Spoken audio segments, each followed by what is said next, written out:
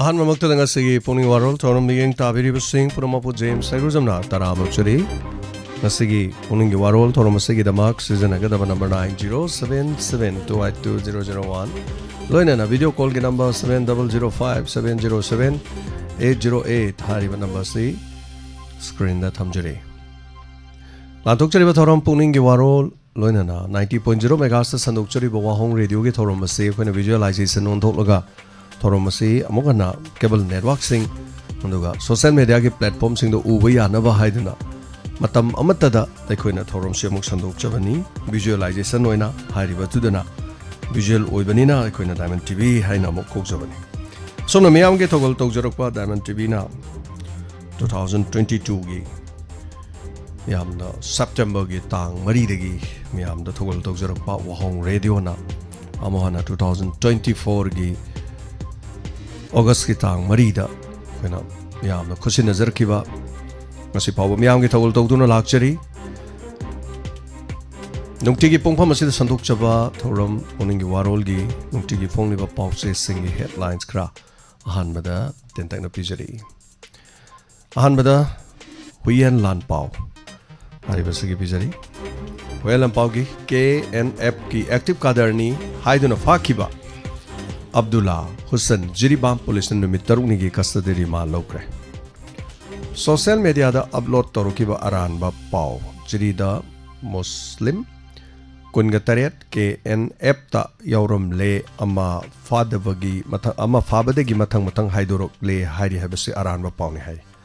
police na kongo leru badagi sengdorokiba waro aina soibadagi jirida KNF ki active member muslim kuntaret fare haiki badu aina chumran thidana misguided taurure asoiba sigi damak piyam nga piu haiba lale hain hajarakpogi warol paw yaw jirida muslim kuntaret KNF to yawrum le ama fabdi mathang haidorok le hari haiduna social media da upload toroki be miyo police na kongo leru badagi muthat khre amadi miyam do lale hajarakre Home Minister Govindas konthok jamam sung commissioner unakre Thang janumit chuti oiragani employees singi sis work strike makhachatragi gathori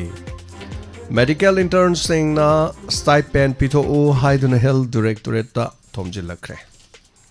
welan pawi pawmi hem chaning thojamda e pawi journalist award khusin narakre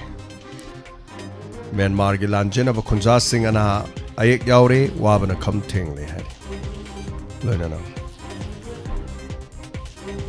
Pongna phom pawche gi headlines tagi khajik tang lokthok charabada India gi mayok to Myanmar gi lam season naroi security gi operation and strategy nauno hongdokna ba khanare Govindas Manipur manung the separate administration lakpagi wapam laite e sarda MSME 16 da ahan ba tangka ki logistic cost masa da fangan kre haibu wapam CM ki khongchat matung da kotuna church leaders sing thagat kre hari amadi chinjak ki hainabi kaitharak pana lamdam masigi nat amadi chanabi da chawwa sing na ba ohelakli amadi WY tablet kg kungani thoi fare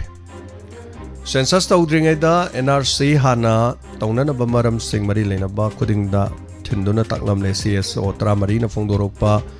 wafam While Kati headlines they are ZUF na kuki refugee sing the wording to kre hai ba wafam maduga napsa gi cheng bangjong na yen thok na ba khanghan kre hai ba wafam su yauri loina na state asigi chakwa thorang hi lamje na so thori ba sipuna makel hai ba chibani han es sardana hondorki Mapan gi oiba powder se age thau gi facility sing the Ukraine drone attack to kre tanker jahaz ani shumai thakre British Prime Minister ki nomination ko ba hokre Andy khaktama candidate oigani haina thajanari US amadi Iran gi marakta makhata na yamna kanna khutongna khre Germany na US chagi Tomahawk missile lenewa yana khre loina Tibet independence ki wafam support to dana ba China na United States ta appeal to khre Masiga loina no loijare nukti phone liba pause sing di pizza headlines kra aduga makha tarak ko se khoi gi number da call to biraga thoro masida yamna saruga view khoi gi number 9077282001 yamna khangbire khoi gi thoro sida pungning gi warol hariba thoro masi yamna maru oiba aduga ahalaman sing tabiriba housewife yumda lebiriba thabak subiriba ana ayek na dabasu na basu Punamaki ngahaki pothafam oiribani thorom asida fajaba wahei wata season adana pungning wakhal ekhoi loksing oinanaba honaminasi karigomba wafam ama adomna pokhalakpada ekhoi ni yaning daba natraga kaklakpa torokpada adomna warobigan maramdi ekhoina kaklakpa ibasi koina miyam da taba nungaira roi khalaba natraga adom solokadore hairabadi wafam dudigi ekhoina kaksarakpani hajariba adanga sisi tang tarani tha tareni English singani kunga taru nominasi uningi warol thorum da han ba color kana no ya badu yemina singa si irai nomini first color da asi kana kari hare badu yemina singa si khajik tang mina chi manga tarang khachai ai pung ahum chap chana lo sinjage masigi maroi ba maramdi asi si thabak chi mayam adugi matik chen ba haiba dare ngasi di lila di leitaba aduna ayuk to workshop tau jarure sumang lila gi workshop madu jo thaga jarake mayam ni geng biu sangai artist association haiba channel tu da mayam ni geng biu koina workshop tau risi kamai tau rino moroina koi gi geng biri ba mayam na comment section da so comment adu mai pb da na support tau biu haiba wafam se jo thamjari aduga masigi aina sathok chagador bisana taina sade aina su ngarang so ina do muchabaduni koi tau oken si tengkang kaya da aiga punmin hajarak laba onana listeners meet mangarak haibatare mangarak sida ahanba anisuba ahumsuba koi pullaga sinminare marisuba sidi corona na maram orakanda maming tagi oina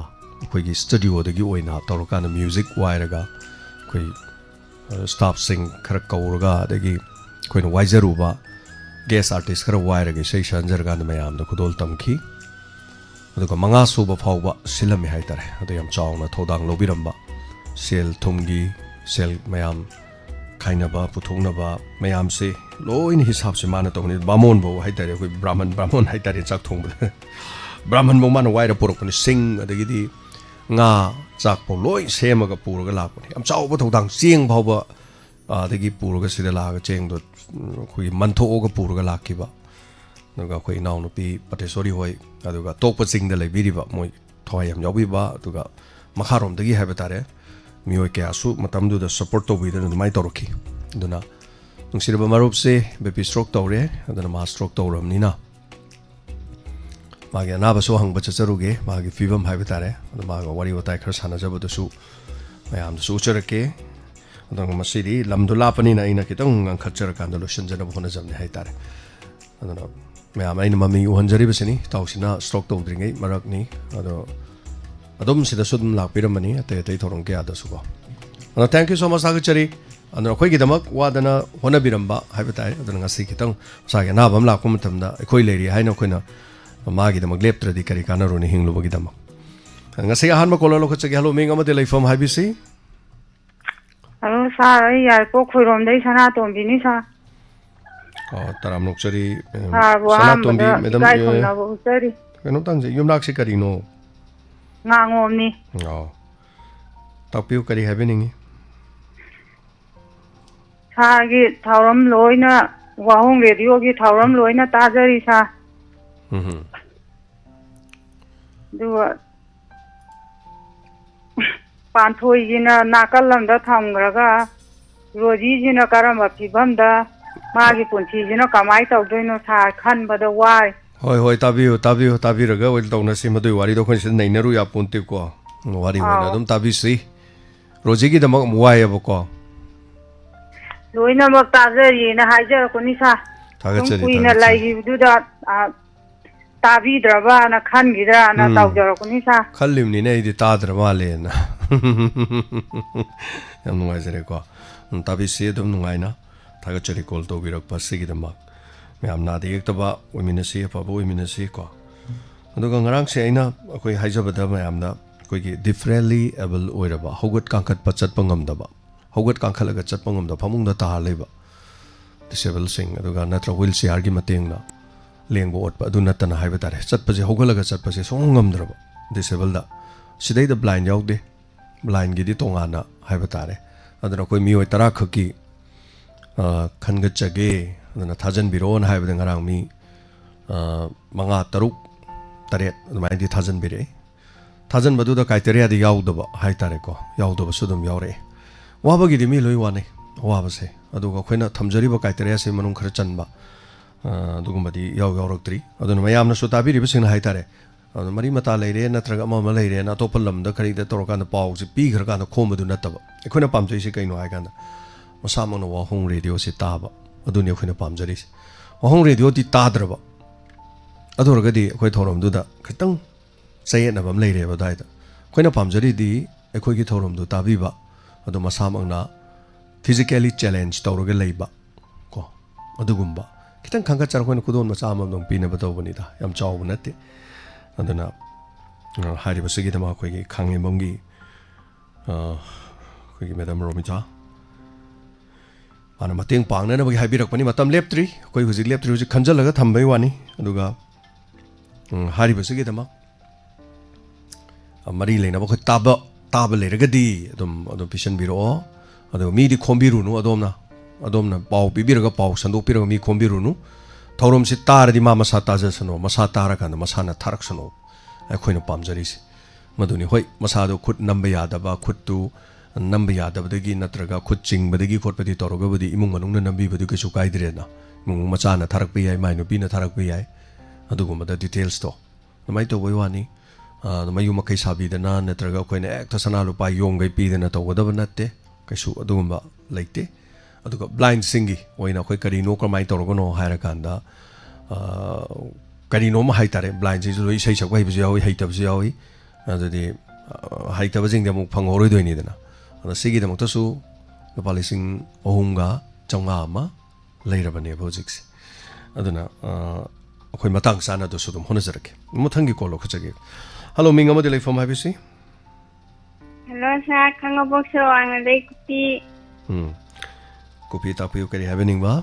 si thorom saruga birok ba wahong ni de ta dai dai ban tv ang di su kurum jari sa ada akhoi ngadong kaya ni akhoi blind aina khanggerak pada aina khanggerak pakan ta ko sa sum khangam di ko jikti ang khangai eba sum nungai ya bai tare sum ai gum ne ga sum ya le mi ko ha be ko khanja be to ade sum nungai ja to bai tare ni moi jo sum jikti khoi gi wa hong ni do hi da sum ai gum ne bla loi ban pi nu khangde sum ai sho du dai ne si dai ne ha be dum nungai ja bai tare sa nungai jaba habadi ngasai gi copy dauna lairiba mit udaba mi call torokpa kan hima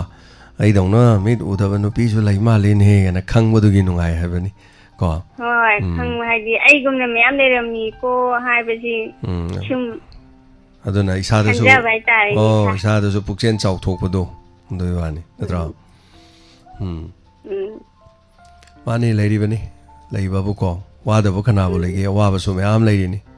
awaba mayam wadaba miga waba mega se waba mini helibani awaba mayam haibatai yam leirjan hoi kopi ado wafam sina loira bro to bakari happening balairi ado haje ge to ne sa sei yam haje je do ngasi di kari mathel tawrage ngasi di irole jindim ga alu ga tawraga belendri tawraga as belendri do half the jar 1000 ba yaramani arun sangi sara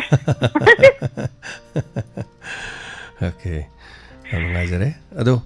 kopi je angang ori ngedi sungu urakte ko kopi je komit je ngang oi ngaje dum urakta bani sa ado angang oi basum wa ngang wa thola kanda kari haini mit uba sina kaino udaba sina kaino ase kamaina nang understand tawi matam du da ꯆꯠꯄꯗ ꯑꯉꯥꯡ ꯑꯣꯏꯕꯗ ꯆꯠꯄꯗ ꯗꯣꯡ ꯊꯦꯡꯖꯟꯕ ꯏꯃꯥ ꯎꯗꯦ ꯎꯗꯕꯩꯅꯤ ꯈꯣꯠꯄꯩꯅꯤ ꯒꯥꯏꯅ ꯍꯥꯏꯕ ꯀꯃꯥꯏꯅ ꯈꯪꯉꯤ ꯅꯪꯅ ꯈꯪꯕꯁꯦ ꯑꯩꯅ ꯒ꯭ꯌꯥꯟ ꯇꯥꯔꯛꯄꯗ ꯑꯗꯨꯝ ꯑꯉꯥꯡ ꯑꯣꯏꯔꯤꯉꯩ ꯃꯇꯝꯗ ꯑꯩꯈꯣꯏ ꯃꯥ ꯍꯣꯏꯅꯗꯤ ꯍꯥꯏꯀꯣ ꯁꯨꯃꯥꯏꯅ ꯑꯌꯨꯛ ꯅꯨꯡꯊꯤꯟꯗꯗꯤ ꯑꯩꯁꯤ ꯈꯔ ꯐꯩꯌꯦ ꯑꯗꯨꯝ khitang uramba aduga numiranga yawragana ne kappe rum pangkapta kappe aduga pai aibu kanagumna haide sum laudana khotan tawredana kappina adi mingdu sa dum haire e kari no nang nai laudi de na haye dum hadi ujadragasu mana pai ai khainge dum haire e nana ine tombi nana I pamiji kai gino kan haiba so dum madi sum khangba miti u da adu hai khoi ma wai na dum tambani dai yu ngoi ngai da ada as ai jo amam angan mayam se as ai je uningba koningba matamdu dadi ahan ba hai tare hujik pudi sum udram ni no udre de no ko ado uningba phawba yam uningba puning daga yam khangning ba uningba se dum phawdi dum loi phawram doine ba isada natra hoi ado uramba mi su urakta ba myam yawe ba ko hujik se maroina ko masagi laina tina lakpa degi mit urakta ba mit blur chalakpa udaba ko taba myam kopi thaga chari thorom soruga birakpa ko yam nungai chare thank you so much mari watai ngak sana ba ai tare aduna au bu myam lei au bu myam si awa ba myam lei natra udaba mi su hingi au ba koina wai haina koina puning son thaningai ka su leite thank you so much thaga chari matangi kolarda kodong sama pizari charuga biu adongi mamal yam labo afam phongdok pidana tabiri ba mayam da puning loksing oi ba ba afam pibiu faza faza ba afam sing pokat pirak pa sing mioi ahum khanga charaga pali sing amaga changa pizagani hello mingamade leifam haibiu hello tabi drabo minga leifam ga tapiu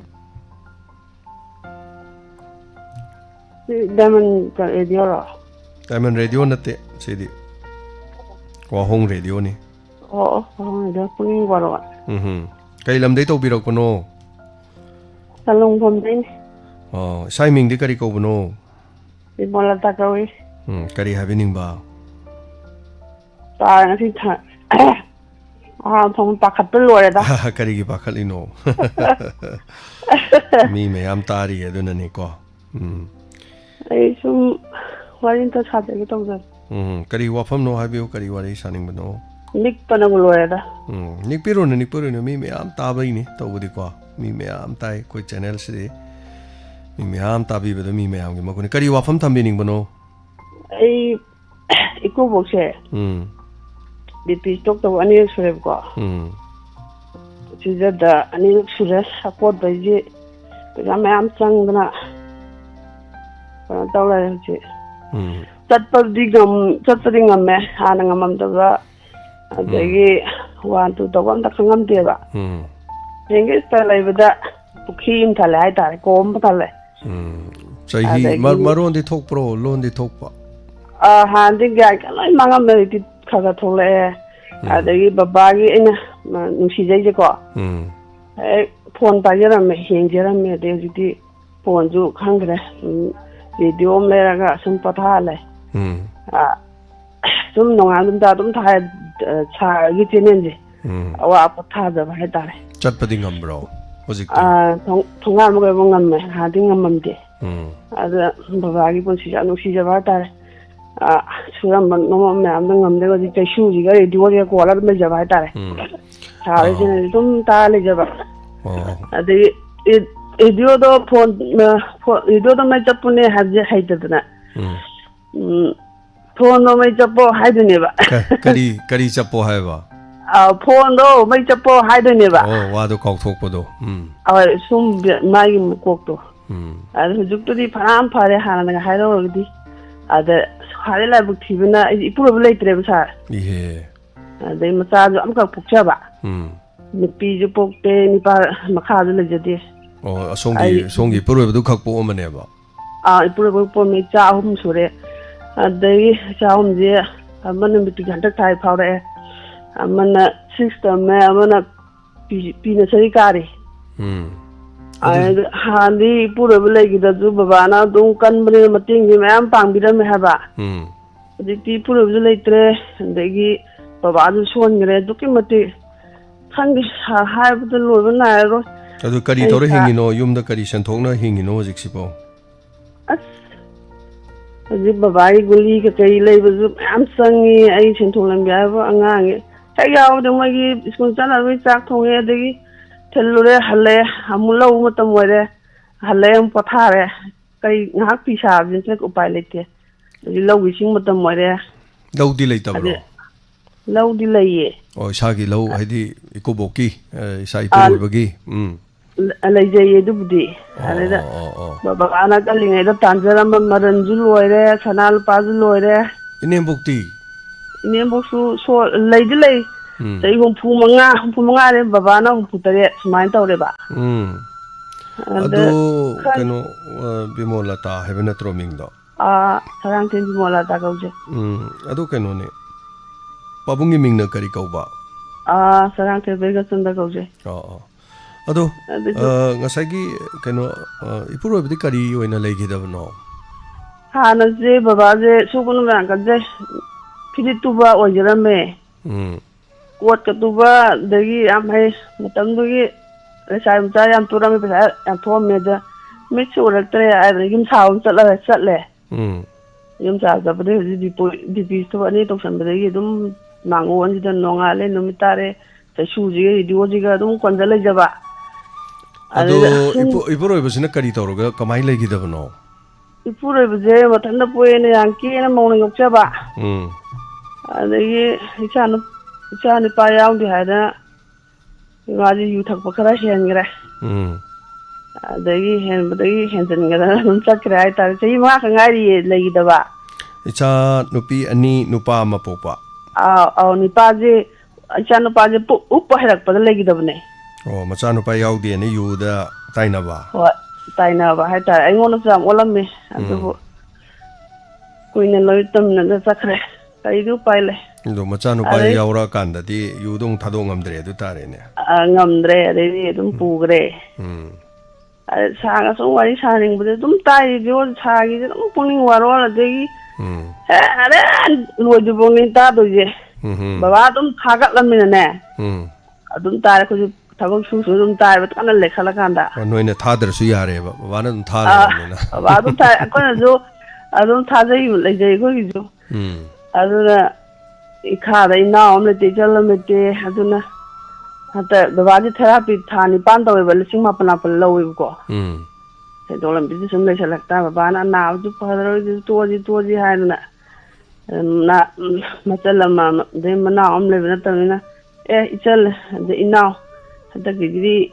ꯕꯕꯥꯒꯤ ꯁꯤ ꯄꯥꯡꯉꯨ ꯈꯣꯠꯂꯨ ꯍꯥꯏꯅꯤꯡꯉꯥꯏꯁꯨ ꯂꯩꯇꯦ ꯑꯩꯈꯣꯏꯗꯤ ꯑꯗꯩ ꯂꯩꯀꯥꯏꯒꯤ ꯏꯅꯥꯎ ꯅꯨꯄꯥ ꯑꯗꯒꯤ ꯏꯇꯩ ꯅꯨꯡꯒꯩꯅꯕꯨꯗꯤ ꯄꯨꯈꯠꯄ ꯈꯣꯠꯄ ꯂꯣꯏ ꯇꯧꯕꯤꯀꯣ ꯃꯇꯦꯡ ꯄꯥꯡꯕꯤꯀꯣ ꯃꯣꯏ ꯇꯧꯕꯤꯗꯦ ꯍꯥꯏꯕꯗꯤ ꯅꯠꯇꯦ ꯇꯧꯕꯤ ꯑꯗꯨꯕꯨ ꯏꯆꯜ ꯑꯃ ꯀꯩ ꯑꯃ ꯂꯩꯇꯦ ꯍꯥꯏꯕꯒꯤ ꯏꯅꯥꯎ ꯑꯃ ꯂꯩꯇꯦ ꯍꯥꯏꯕꯒꯤ ꯋꯥꯖꯕꯗ ꯁꯨꯝ ꯁꯥꯔ ꯇꯝꯖꯅꯤꯡꯕ ꯋꯥꯅꯤꯗ ꯁꯥꯔ ꯍꯣꯏ ꯕꯤꯃꯣꯂꯇꯥ ꯀꯩꯁꯨ ꯀꯥꯏꯗꯦ ꯇꯝꯕꯤꯔꯛꯄꯗꯣ ꯑꯋꯥꯕ ꯍꯥꯏꯕ ꯇꯥꯏ ꯄꯨꯟꯁꯤꯗ ꯁꯨꯝ ꯊꯦꯡꯅꯕꯗ ꯇꯝꯊꯣꯛꯄ ꯂꯤꯊꯣꯛꯄ ꯀꯩꯁꯨ ꯀꯥꯏꯗꯦ ꯁꯤꯅꯤꯅꯦ ꯑꯗꯨꯅ ꯏꯃꯨꯡ ꯑꯃꯗ ꯍꯤꯡꯕꯗ ꯊꯦꯡꯅꯔꯤꯕ ꯑꯋꯥꯕ ꯃꯌꯥꯝ ꯍꯥꯏꯇꯥꯔꯦ ꯃꯆꯥꯅꯨꯄꯥ ꯀꯥꯄꯣꯛꯄꯗꯁꯨ ꯌꯨꯗ ꯆꯠꯈ꯭ꯔꯦ ꯑꯗꯒꯤ ꯏꯀꯨꯕꯣꯛ ꯊꯕꯛ ꯁꯨꯔꯝꯕꯗꯁꯨ ꯁ꯭ꯇ꯭ꯔꯣꯛ ꯇꯧꯁꯜ ꯂꯩꯔꯦ ꯂꯩꯖꯔꯝꯕ ꯃꯥꯜ ꯆꯥꯡ ꯑꯌꯥꯝꯕ ꯂꯣꯏꯁꯜꯂꯦ ꯂꯧꯗꯤ ꯂꯩꯔꯤ ꯐꯤ ꯈꯔ ꯁꯥꯏ ꯂꯧ ꯈꯔ ꯆꯠꯂꯤ ꯕꯤꯃꯣꯂꯇꯥꯅ ꯈꯔ ꯍꯣꯠꯅꯕ ꯉꯝꯕ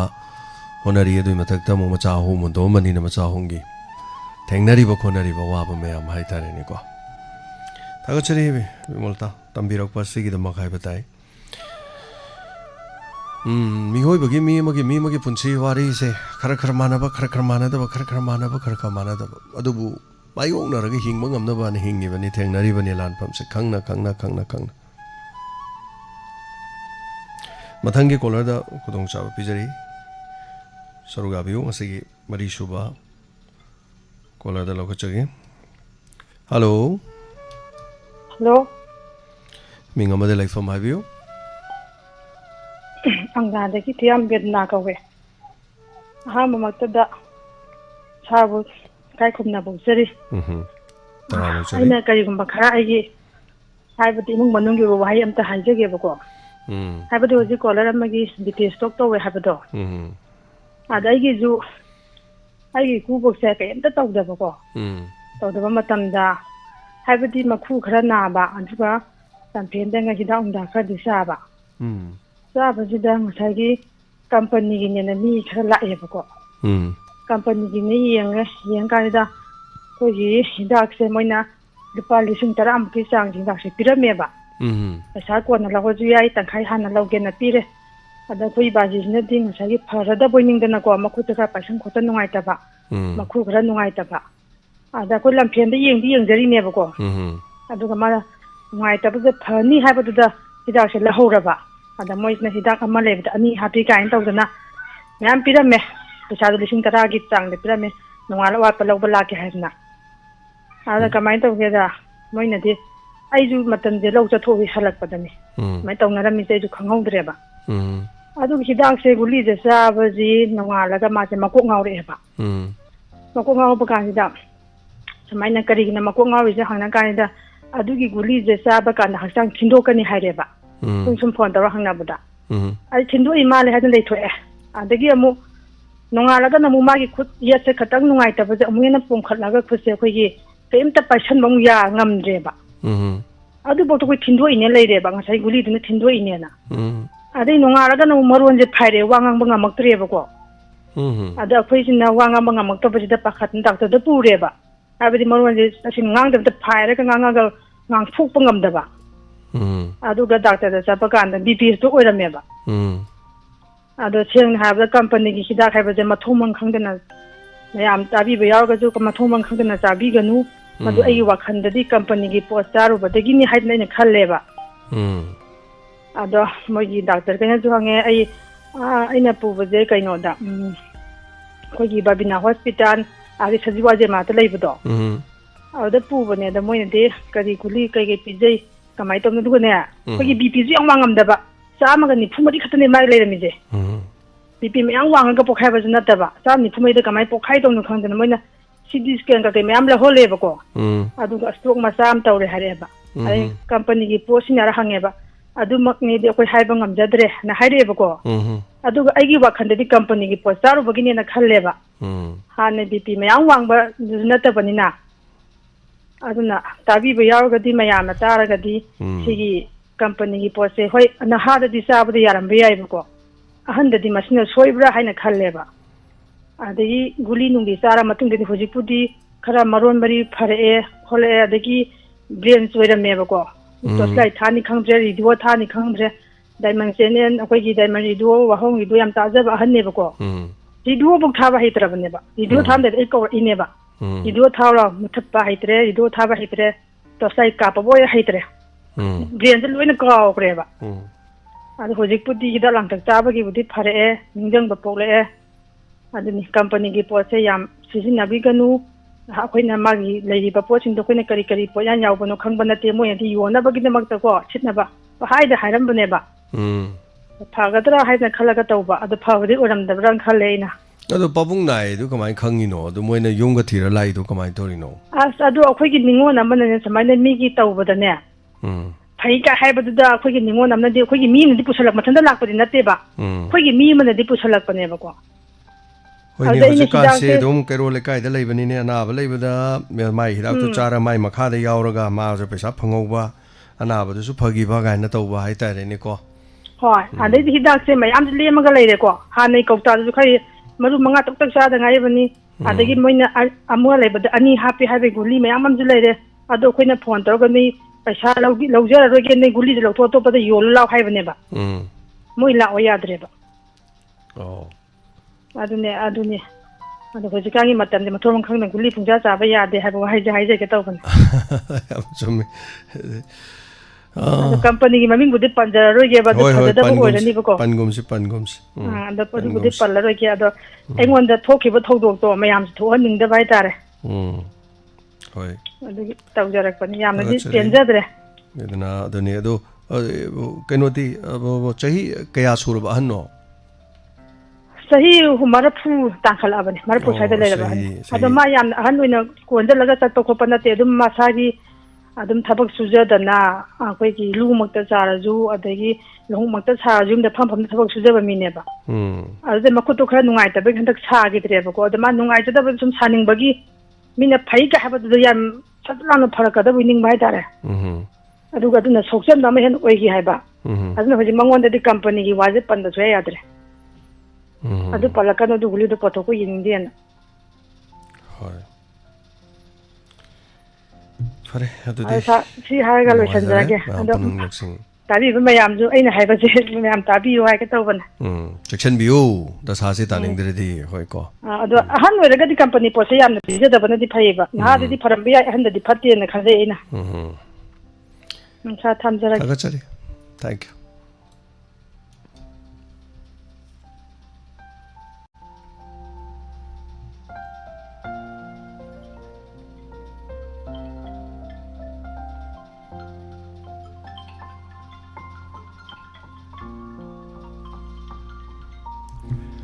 Hello, Minga Madilek from Highview. Hello, Sarah. Yang WAHONG lagi naubi. WAHONG lagi naubi. Naubi, kari happening eh? Sarah, Sarah kisi channel se ko. Phone lagi tawa na tawa ko ye blind game ata na ba DJ player na ma iPhone na ibido. Adu tawa kana ki 90.0 ji tholak te ko sir. Koi phone dagi budi dun ta phange da si karam kamaina to no na sum khang ya ning ba sir kari phadi phabro nang gi phone da phone dagi budi kanu yut ta tang ga ta ai ko sir anu hoji ke na ba koi gi blind gi dj player ma ta ni ale ba du di hoji ki 90.0 ji phang da ba sir du khar la pai ni na wani sir ji wa phone de di ta yel de le ko sir ta yel de le ba Sarai nahan kan sandira lakpa du phang yeng bani ma si oh kadang wat kani khar khoi jilam de khar la pa gi ko kadang wat kani matam khar le raga badi farak ko se ai koi gi se dum sem tok sem jin na dum yam tawi hai tare ana koi gi se koi station je kano da lei ba hai ba tare ne ching na koi san ba mo pham da lei ba du na koi je technique se mathang sen ne antenna je oi da mu tawi ye ta mu tawi antenna mari mu pali ama mu pali ontho onjen tawi hojen tena ni mu pali ko dumai toroga tawi ngamna ba duna nobi phone da dikhara dumai no warani only YouTube ta changaba natraga manipur online radio da changaba ko manipur online radio na khara kano tawgani koi kari hai tare MB khara charoi hai tare ko ngasagi khonjel oina ta ge haragedi koi kano na manipur online radio na yabne ko sir Oduni, ado, nobisi husi tagel di class ke ano husi kari se. Sarai dia kanun husi master ke jam tha bole kre mang tha jinda. Asa, am pabwani ne du dia.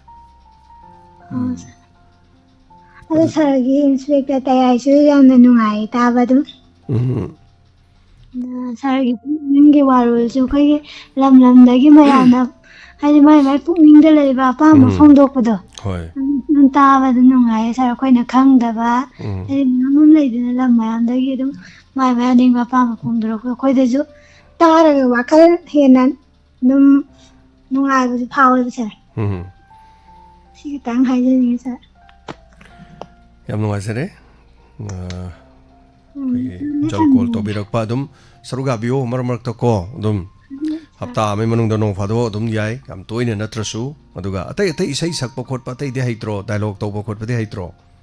sarai mamangi Friday numit ko sir yum da le ngi di sai sakpa ya fre nung dang gi pung apan makai gi da sakpio horen ga ju sai sakpio horen ju sai sangna si laibani dum horen cho dum pasta lupa yam nate lupa chamga ko sumaina bubbly nong na ma ju singer ni ma na sponsored tawbani Nanduna Tamgadori ni magise koi tam ohumlak koi na Tamgadori sei sangna si ohumlak ki hai tare fast ohumlak ki pesa changwa ohum ngoi puthong na ba sem sa lei re pesa se kana na phangdoi no caller sing attend tori ba mi sing na phangdoi ni nan saru ga biu ko thaga chari aduga koi gi hari ba sigi ju ꯃꯥꯏꯕꯦꯜ ꯁꯤꯡ ꯑꯗꯩ ꯆꯠꯂꯤꯁꯦ ꯏꯁꯩ ꯐꯖ ꯐꯖꯅ ꯁꯛꯄꯁꯤꯡꯗꯣ ꯑꯗꯨꯅ ꯃꯗꯨꯒꯤ ꯈꯨꯗꯣꯡꯆꯥꯕꯗꯣ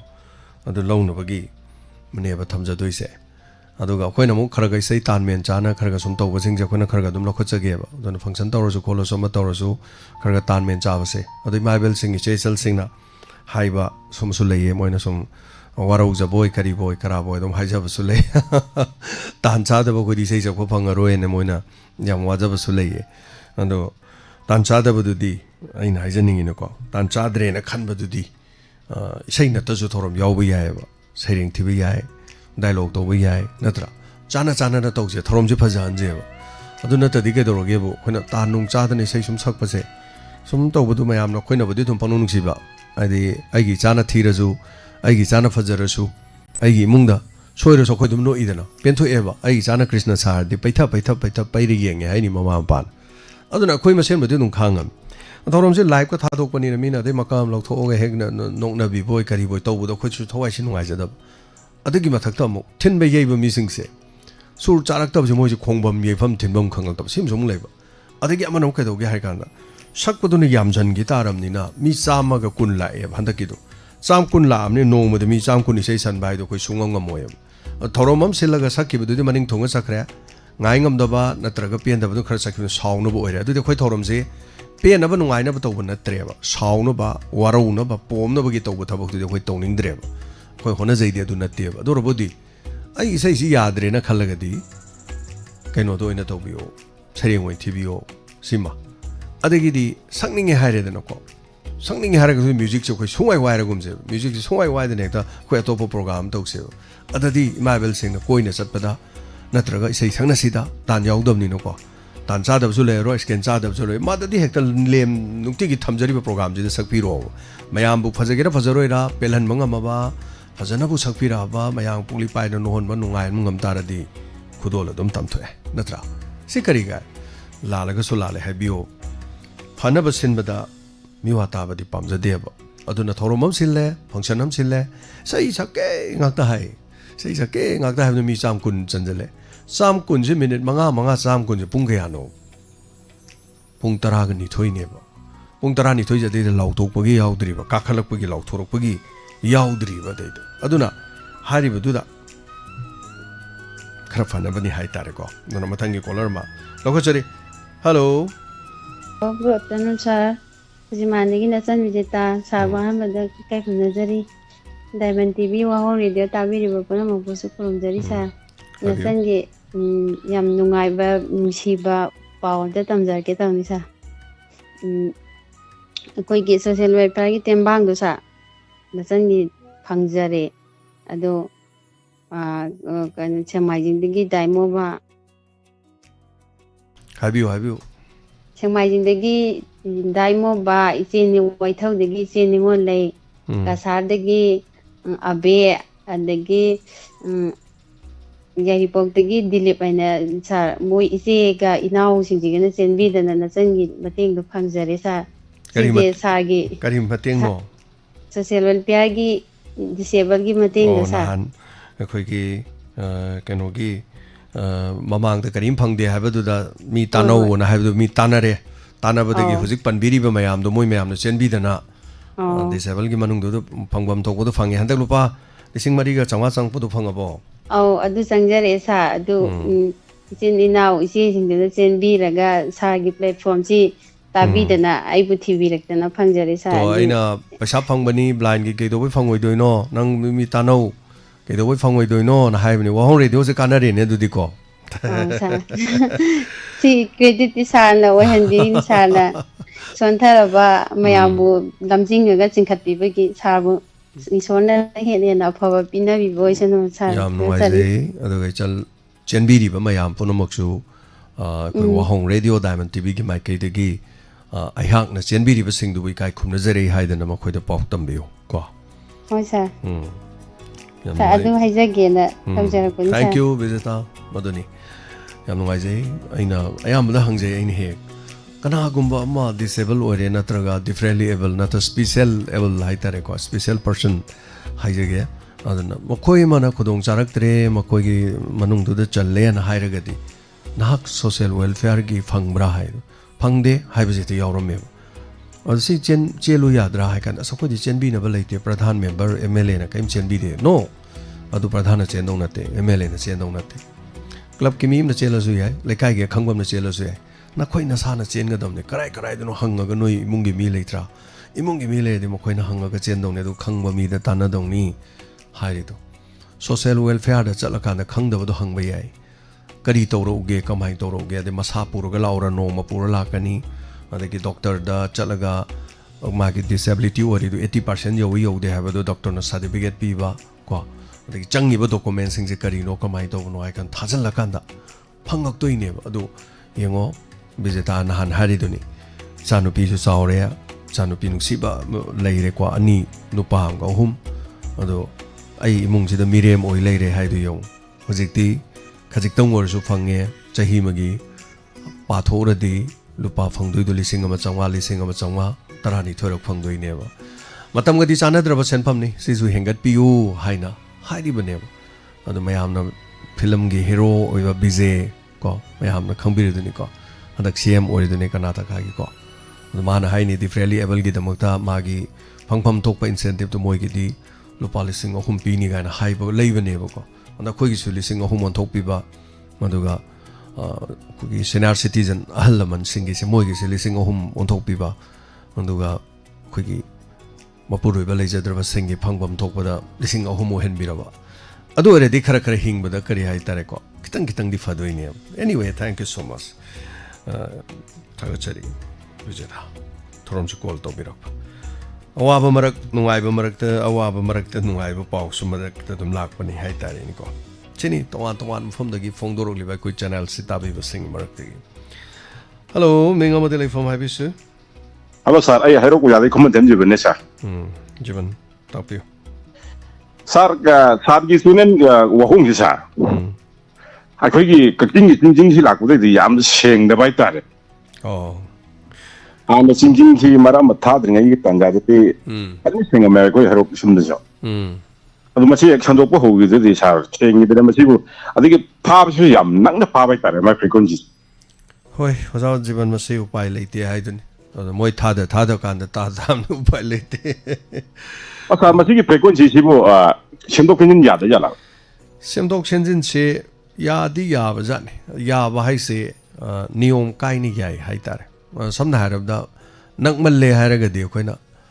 akoi kitang thaidok pham di yawe ba ado koina thaidok kanda kai doge hai bo jajiban mi se moi gi channel do thaidok ga thai haidana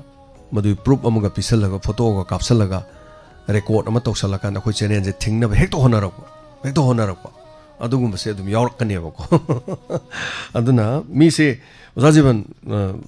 फबसु लेने फतबसु ले अखोयने खंदब यादे हाइतारेनि ओजा को अदुना नियम से खरा सेंग तारा परे अदो अखोयगिदि पुंग 10 गा 3 35 थाबनिना अखोयगी अयामबसि मयामदे अखोयने खरा सांगि हाइतारे अदुना मोइना मुटके कान अखोय खरा सेंगबा अतोप चेनेना मुट करा खरा सेंग बसे अदुम यावी ओजा जीवन से कोई वा याम हाइनिंगाय लेते ओजा उपाय लेते होइना ताब मतम सि अखोय gi पुंगिंग वारोन अखोय gi ताब तांगिन ने हेक आया मति कोइ गन बाइ ते लोकता रेडियो ga adigi चिंचिंग रेडियो ga मर खिद फाबरिन सर देने याम नुवाइ दे हनति होय ओजा जीवन पाइ लेते अदो अखोय gi मसे थोक्तना बा हाइदारे अखोय gi रेडियो दा अखोय gi फोन दा कचौदान अम लेदाइने को कचौदान रेडियो अम लेबने फोन अम लेबने अदु फोन दु फाबने अदु ददीने करीब त गेनदबने तागचरी मनपुर ओय द धन ताइ द ताब द रेडियो दने अमा दने नेट पैक लोइबु गुपो तपन द ताब kan द दिस याम द आइ दो मनपुर ओय द ताजै सा याम नुवाइजे जजीवन दु करी दिउ पाइ लेको खैने थैदो रे मी नमु फोटो का बा थाजंगरे खै मुक तत खरदे मु मजा खरगा चारिङै ज दुम लेगा दुम सि तौबन फरे द नत्रने यार बाइ तारेन माने मजा अदुबु खरा लेरगा डिजिटल ओलक दौरे डिजिटल ओलक को मतम ददी हारिब चयन बसे लोइन को खरनी मतम गाइबिनस thank you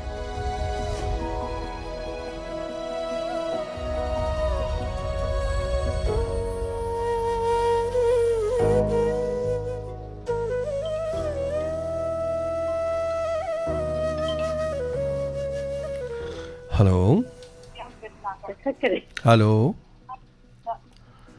hello Hello, Tabira bro, phone chale, phone kakti e, Tabira bro. Hello. Mingalay phone ka tapiu.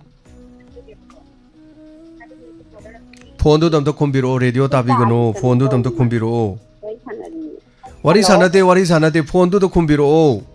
Oh, hello. I some tazaram bane. Kari lamno. I harang utong awong tangwam. Okay. Kano tayo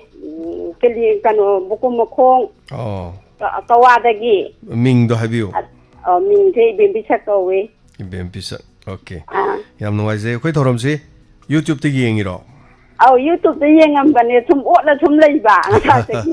YouTube ka second khara khena bani. Aduna ko phone kitang second tare ni pana hanjan bani aduna ni sana dri do. Ando kari happening ngasi ahan bo male call tawri si ko. Ahan ba phone sum otla sum leiram bane je. Sum taram ki. Ada sum phang ba na sum thang ni na hai kan tawraga.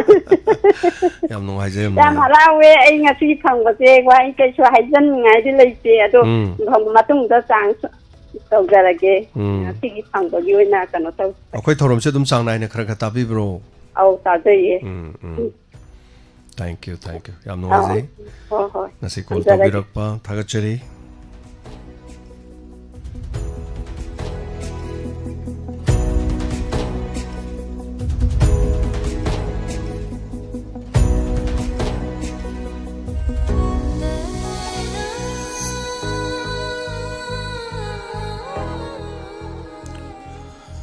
Hello.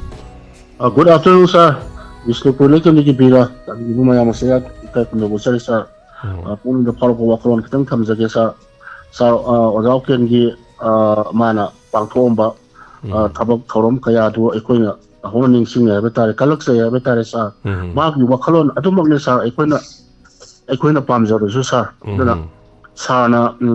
maru uken da ai su maru bahasa ke sir. Ekoi su lenga ora mena maru uken hajna ke orang ken gi maru uken gi sir na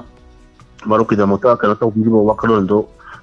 mana tau bi ba kana do khang bi ba ga tau bi na kalak se ha betare matu mune ekoina pamjar ke su maru amana ke mateng pang ba maru amana ra mata maru amana matu ki khang bi ba ubi ba matu ni ekoina wakalon se am pamjar sir aduna ekoi se adugi wakalon pamjar haiduna su sir ekoina kari na tawba ngamdabnina aikoigi Diamond TV ki karigumba function ama lapu matamda aikoina sen sabagi madop khangi patpagi karo si yam pamjaba adugumado aikoigi hojikse kai haini mirem haidu oire sa pangtop ngamdaba aikoina film umda leiramina kai su tawba ngamdana aikoina kolagi yengaga samnaga sole ki film da makotar panupadna mangda nongai taraga upai le chidal le pang leiba du maka pangkap oire ha tare sa adun punsi se mapok sima ki mateng pang ngamroi khalu bada sa wakhanje kaningo pawa ha tare sa oza oke na pawrom do wakaron do samok teso pawa ha tare sa sina wakon tamla kana sa sar punsi ki thokhraba thawdo wathok sing ningsing ubogi nungai ba sulai ningsing ubogi aki ba sulai ningsing ubogi kakning ba sulai aduna sa thokhraba thawdok ningsing bagi nungai ba mache khara awat pa khara hai ba si thaw ba khara tamjage sir sara ikuna June July ha ba si ikogi matam da ikogi July gi matam si losing matam ne kogi longkhon bi sati sing ima sing na kogi lawrok ti gi langkhong gi park pa kogi ngaki jaw masa si kogi nganam se ikogi yengang lada yom laga masu thaga moro ate pasi maya da sang na kaidana ga tilogu sanam karikil oidaga hapaga madugi nganam namba habisi nganam henam bagda masigi manam sirisa yung tho mga tro na sale sigi mona nganam namena kana imuno ka hainari ni aduna madugi mahau du ngasi June July matam yor ko matam na hunan ning singe habata ko nganam gi mahau sirisa sa kogi magi sana basi yengang na da nganam namba sigi mahau ade koi kherchi na ai koi ki kari haini la koi ki kari ye kenzo ma ba koi ki thamna da hapaga sab gi mo haus dum tongan le je ba tare ko sa aduna nganam nam si koi ki yengang la da nam gi mo haus tongan na mitta sangchang u ye ba tare madu gi mo haus do ka wongam de ba tare ngap so gi mo haus sa aduna sa koi ki August September sa do o do male ai koi ki low pi ngap matam se ai koi ki matam da ko na angang we nga da ai koi so sa por ki lokon si ki hek mamai da pat ohum le yam la da kan ne pat ama di koi ki karin ta pante haude pat ani sina amna thangjing ata hoba thangjing pat haira khangni amasina khoi ki thamban ga tharoga ai khoi ki makhen machuda satpa lei du di kari lei no khangdre du maga ai khoi ki thamban si khoi kya he tharo si mari yam sang sange madu het pa satpa gi madu gi kano ka to yam ningsing e ha tare ko sa aduna sa ningsing e ai khoi na angang wali nga sen so na labuk lamanga saujarak pa khungang gi cham laba punsi da hingak pa saru na ina kupinga gi matamda ai khoi na sen song dana sanarak pa ai khoi ilai kai iramdam hanagi masana hojiki umu pangdraba ai khoi gi pathali sanaba urawi sanaba saike kopi sanaba saike kopi se kwadi gi han juna kwadi sauba umu da sai aphu sai wa ta da ba tare madugi pathali kayen pabi urawi sagon tongbi segai songbi adigi madugi masana kaksi sarna hono ningsi hojikana ngang bi sanaba su ya utre madru ning tham thagi matam da khoji marbon sanaba sakka sak sani chawe khang da kunam ka se se karaga ngau ka se amuk serti besina sungong hong da ba ai koi kosi ga se pan da u le serga chingkat pi adui ka no ka to na hono ningsi ne ba ta ko sa aduna hau kro punsi se ningsi ga ko ka da yamna uning se nungsi ha ba ta aduna sa aroi ba da koi gi insti probab siga yamna sana na madu gi probab to gi artist to ha ja ge ha ba ta sar pitchi mi da kwai ge koi na woman atang bo posak ji ai koi na kai no ha ga trust thajaba se ha ba si oram ga kale ai koi na sar nga si ai koi na pulli ba sar gi wa kholon bu yani ni ba dollar group to mayam pulai ba asi puna bak se ai koi gi trust se yaw da ga masi oi thok pa nga mo ha ba ta nusina ba ma relation ama apa ba relation ama thama kuma da masi kari no oi da ha da trust ni trust yaw da ga pitchi da kasu kana su pun nga mo ha ba ta aduna sa ai koi lana mo hanjala singa si lal lore na koi stampu da hanjan ba yani ha se ai koi trust yaw da ga ai koi thajaba yaw da kana su oi chu oi ha ba ta ko sa aduna pitchi da kwadi ata ko posak si ai koi trust ni adu ai koi gi oi da wahi ama khaktana oi da wahi ama khaktana ai koi gi thajaba lising mangal le ha ba se sar masi gi artist si koi gi miski probata thamjage the most expensive things in the world is trust. It can take years to earn. A single lies can lose thousands of trust. I will welcome again. Thank you. Thagachari, Pazabiramasnam, Pazabafam Kayaga Loinana, Tambiramba, Sigi, Uningi Warol.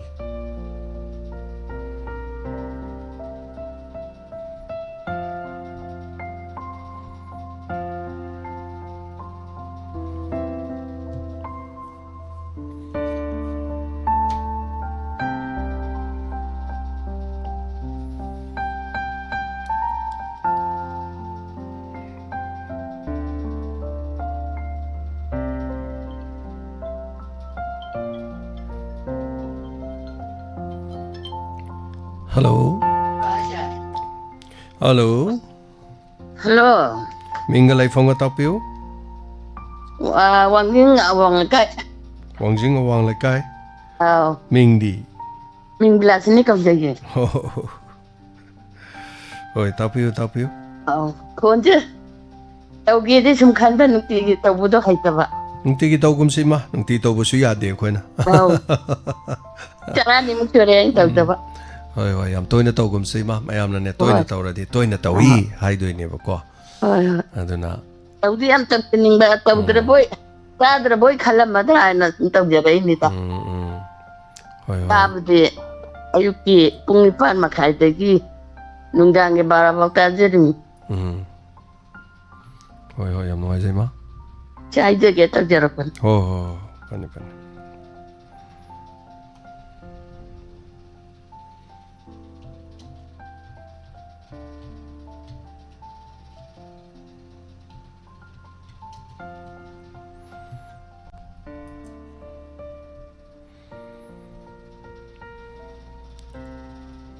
Workshop mama chacharui sise workshop sumang lilag mari leinana Sangai Artist Association gi channel do thaga charak ke horen. Hello sir. Mingalai phone tap you? Sai Kambutgi Ravi Kambutgi. Tap you Ravi? Ai ofam to thamjagi sir. Thambiu. How's it? ꯑꯌꯥꯝꯕ ꯅꯣꯡ ꯇꯥꯗꯕꯒꯤ ꯂꯧꯒꯤ ꯐꯤꯕꯝꯁꯦ ꯌꯦꯡꯕ ꯌꯥꯝ ꯅꯨꯡꯉꯥꯏꯇ꯭ꯔꯕ ꯍꯥꯏꯇꯥꯔꯦ ꯁꯥꯔ. ꯑꯗꯣ ꯑꯌꯥꯝꯕ ꯈꯣꯡ ꯏꯁꯤꯡ ꯂꯥꯛꯄꯁꯨ ꯌꯥꯎꯋꯦ. ꯑꯩꯈꯣꯏꯒꯤ ꯈꯥꯃꯨꯛꯀꯤ ꯂꯩꯄꯥꯛ ꯂꯧꯀꯣꯟꯒꯤ ꯑꯌꯥꯝꯕ ꯂꯧ ꯏꯁꯤꯡ ꯐꯪꯗ꯭ꯔꯦ ꯍꯥꯏꯇꯥꯔꯦ ꯁꯥꯔ. ꯁꯤ ꯏꯁꯤꯡ ꯐꯪꯗ꯭ꯔꯤꯁꯦ ꯑꯅꯛꯄ ꯖꯒꯥꯗ ꯑꯩꯈꯣꯏ ꯂꯧꯈꯣꯡꯄꯥꯠ ꯍꯥꯏꯅ ꯑꯩꯈꯣꯏ ꯇꯨꯔꯦꯟ ꯑꯃ ꯂꯩꯌꯦ. ꯑꯔꯣꯡ ꯇꯨꯔꯦꯟꯗ ꯇꯥꯗꯕꯤ ꯇꯨꯔꯦꯟ ꯑꯃ ꯂꯩꯕ ꯍꯥꯏꯇꯥꯔꯦ ꯁꯥꯔ. ꯁꯤꯗꯒꯤ ꯏꯁꯤꯡ ꯄꯨꯔꯛꯄꯁꯦ ꯁꯤꯒꯤ ꯂꯩꯄꯥꯛ ꯂꯧꯀꯣꯟ ꯍꯥꯏꯔꯤꯕ ꯏꯁꯤꯡ ꯄꯨꯔꯛꯄꯁꯦ ꯑꯣꯡꯂꯤ 900 ꯃꯤꯇꯔ ꯈꯛꯇꯅꯦꯕ ꯄꯨꯔꯛꯇꯣꯏꯁꯦ ꯏꯁꯤꯡ ꯄꯨꯔꯛꯇꯣꯏꯁꯦ. ꯁꯤꯒꯤ ꯗ꯭ꯔꯦꯅꯦꯖ ꯁꯤꯁꯇꯦꯝ ꯂꯩꯇꯕ, ꯏꯔꯤꯒꯦꯁꯟ ꯁꯤꯁꯇꯦꯝ ꯂꯩꯇꯕ. ꯁꯤꯒꯤ ꯐꯤꯕꯝꯁꯦ ꯑꯩꯈꯣꯏꯅ ꯌꯥꯝ ꯄꯨꯈꯠꯈ꯭ꯔꯦ ꯁꯥꯔ. ꯑꯦꯝꯔꯦꯗ ꯄꯨꯈꯠꯂꯦ, ꯄꯗꯥꯟ ꯄꯨꯈꯠꯂꯦ, ꯑꯗꯨ ꯕꯣꯠꯀꯤ ꯃꯇꯝꯗꯁꯨ ꯌꯥꯝ ꯄꯨꯈꯠꯂꯦ. ꯁꯤꯒꯤ 900 ꯃꯤꯇꯔꯁꯤ ꯏꯔꯤꯒꯦꯁꯟ ꯁꯤꯁꯇꯦꯝꯁꯤ ꯐꯖꯅ ꯊꯝꯕꯤꯔꯒ ꯑꯗꯨ ꯅꯠꯇ꯭ꯔꯒ ꯂꯤꯞ ꯏꯔꯤꯒꯦꯁꯟ ꯊꯝꯕꯤꯔꯒ ꯑꯗꯨꯃꯥꯏꯅ ꯇꯧꯔꯒ ꯏꯁꯤꯡꯁꯤ ꯐꯖꯅ ꯄꯨꯔꯛꯂꯒ ꯂꯧꯁꯤ ꯎꯕ ꯌꯥꯕꯒꯤ ꯀꯟꯗꯤꯁꯟꯁꯤ ꯌꯥꯝ ꯋꯥꯡꯅ ꯂꯩꯕ ꯍꯥꯏꯇꯥꯔꯦ. ꯁꯤ ꯁꯦꯝꯕꯤꯗꯕ ꯍꯧꯖꯤꯛ ꯐꯥꯎꯕ ꯑꯩꯈꯣꯏ ꯖꯨꯂꯥꯏ ꯌꯧꯔꯒ ꯐꯥꯎꯕ ꯉꯁꯤ ꯐꯥꯎꯕꯗ ꯑꯩꯈꯣꯏ ꯂꯧ ꯍꯨꯟꯕꯒꯤ ꯃꯃꯤ ꯑꯝꯇ ꯇꯥꯗ꯭ꯔꯦ. ꯌꯥꯝ ꯋꯥꯕꯒꯤ ꯃꯑꯣꯡ ꯎꯕ ꯍꯥꯏꯇꯥꯔꯦ ꯁꯥꯔ. ꯄ꯭ꯔꯣꯖꯦꯛ ꯆꯥꯎꯕ ꯅꯠꯇꯦꯕ ꯁꯥꯔ. ꯂꯤꯞ ꯏꯔꯤꯒꯦꯁꯟ ꯁꯥꯕꯗ ꯑꯩꯈꯣꯏ ꯂꯧꯀꯣꯟꯗ ꯂꯩꯔꯤꯕ ꯂꯧ ꯄꯔꯤ 120 ꯂꯥꯏꯅ ꯂꯧ ꯎꯕ ꯌꯥꯕ ꯃꯐꯝꯅꯤ. ꯀꯅꯥꯝꯇ ꯃꯤꯠꯌꯦꯡ ꯆꯪꯕꯤꯗꯦ. ꯑꯗꯨꯝ ꯕꯣꯠ ꯃꯇꯝꯗꯨꯗ ꯄꯣꯂꯤꯇꯤꯛꯁ ꯇꯧꯕ ꯇꯨꯂꯨ ꯏꯁꯤꯡ ꯆꯤꯡꯕꯅꯦ. ꯑꯗꯨꯒ ꯏꯁꯤꯡ ꯄꯤꯕꯗ ꯄꯣꯂꯤꯇꯤꯛꯁ ꯁꯥꯟꯅ ꯂꯩꯕ ꯍꯥꯏꯇꯥꯔꯦ. ꯁꯤ ꯅꯨꯡꯉꯥꯏꯕꯗ ꯇꯨꯡ ꯀꯣꯏꯅ ꯂꯝꯕꯤꯁꯦ ꯑꯝꯇ ꯁꯦꯝꯕꯤꯔꯝꯗꯦ. ꯑꯩꯈꯣꯏꯅ ꯄ꯭ꯔꯄꯣꯖꯦꯜ ꯌꯥꯝ ꯇꯧꯔꯦ, ꯑꯗꯨꯝ ꯁꯦꯝꯕꯤꯔꯝꯗꯦ. 900 ꯃꯤꯇꯔꯁꯤ ꯐꯥꯎꯕ ꯁꯦꯝꯕ ꯉꯝꯗꯦ. ꯁꯦꯝꯕꯒꯤ ꯂꯝꯕꯤ ꯃꯌꯥꯝ ꯂꯩꯌꯦ ꯁꯥꯔ. ꯈꯣꯡ ꯂꯩ, ꯈꯣꯡ ꯅꯥꯟꯅ ꯁꯦꯝꯕꯤꯗꯦ, ꯗ꯭ꯔꯦꯟ ꯆꯟꯕꯤꯗꯦ, ꯂꯤꯞ ꯏꯔꯤꯒꯦꯁꯟ ꯁꯥꯕ ꯌꯥꯏ. ꯁꯤ ꯕꯣꯠꯀꯤ ꯃꯇꯝꯗꯗꯤ ꯂꯣꯏꯔꯦ. ꯇꯨꯂꯨ ꯏꯟꯖꯤꯟ ꯄꯨꯔꯛꯂꯅꯤ, ꯑꯗꯨꯒ ꯏꯁꯤꯡ ꯆꯤꯡꯕ ꯑꯗꯨ ꯇꯧꯔ ꯌꯦꯡꯕ ꯁꯥꯔ ꯇꯨꯡꯒꯤ ꯐꯤꯕꯝꯗꯤ ꯁꯨꯡ ꯎꯗꯕ ꯍꯥꯏꯇꯥꯔꯦ. ꯉꯥꯏꯍꯥꯛꯀꯤ ꯑꯣꯏꯅ ꯍꯥꯏꯇꯥꯔꯦ. ꯑꯗꯨꯃꯥꯏꯅ ꯇꯧꯔꯦ ꯂꯩꯀꯥꯏꯁꯤꯗ. ꯁꯤ ꯂꯩꯄꯥꯛ ꯂꯧꯀꯣꯟ ꯍꯥꯏꯔꯤꯁꯤ ꯄꯥꯔꯠ 1, 2, 3 ꯈꯥꯉꯕꯣꯛꯀꯤ ꯄꯨꯟꯅ ꯂꯧꯐꯝ ꯂꯩꯔꯤ ꯖꯒꯥꯅꯦꯕ. ꯑꯗꯨꯃꯥꯏꯅ ꯍꯣꯏ ꯔꯕꯤ, ꯎꯄꯥꯏ ꯂꯩꯇꯦ ꯌꯦꯡꯕꯤꯗ꯭ꯔꯕꯅꯤꯅ ꯍꯥꯏꯇꯥꯔꯦꯅꯦꯀꯣ. ꯁꯤꯒꯤ ꯋꯥꯐꯝꯁꯤ ꯊꯝꯖꯅꯤꯡꯕ ꯇꯥꯏ. ꯃꯌꯥꯝꯁꯨ ꯇꯥꯕꯤꯔꯤꯅꯦꯕ ꯑꯌꯥꯝꯕ ꯂꯣꯏꯅ. ꯔꯕꯤ, ꯋꯥꯐꯝꯁꯤꯅ ꯂꯣꯏꯔꯕ꯭ꯔꯣ? ꯂꯣꯏꯖꯔꯒꯦ ꯁꯥꯔ. ꯇꯥꯔꯤꯛ 19 ꯇꯧꯖꯔꯝꯕꯅꯤ, ꯉꯁꯤ ꯑꯃꯨꯛ ꯇꯧꯖꯔꯛꯏꯁꯤꯅꯦ. ꯊꯥꯒꯠꯆꯔꯤ ꯔꯕꯤ, ꯐꯖꯕ ꯋꯥꯐꯝꯁꯤꯡ. ꯍꯣꯏ, ꯅꯨꯃꯤꯠ 4 ꯒꯦꯞ ꯂꯩꯔꯒ ꯍꯦꯛꯇ ꯄꯨꯈꯠꯄꯤꯔꯛꯑꯣ ꯐꯖ ꯐꯖꯕ ꯋꯥꯐꯝꯁꯤꯡ ꯀꯣ. ꯔꯕꯤ, ꯀꯩꯁꯨ ꯀꯥꯏꯕ ꯂꯩꯇꯦ. ꯊꯥꯒꯠꯆꯔꯤ ꯊꯧꯔꯝ ꯁꯔꯨꯛ ꯌꯥꯕꯤꯔꯛꯄ, ꯃꯌꯥꯝꯗ ꯄꯨꯛꯅꯤꯡ ꯂꯧꯁꯤꯡ ꯑꯣꯏꯕ ꯌꯥꯕ ꯄꯨꯈꯠꯄꯤꯔꯛꯄꯁꯤꯒꯤꯗꯃꯛ ꯊꯥꯒꯠꯆꯔꯤ.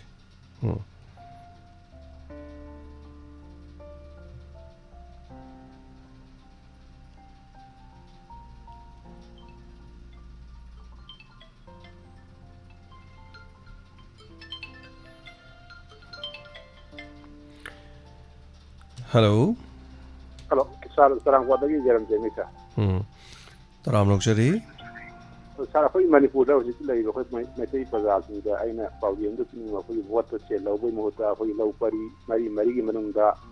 khoi 24 hour adum ising ta ba ya ba law u na bagi adum ba pam khara kopiu si khang email da tawbiu kopiu hairaga vote to che law na bida adum ba oina to honin bagi wakhalo lama bazar tinga sum thamjaning ba ta sa da haji ge to puja.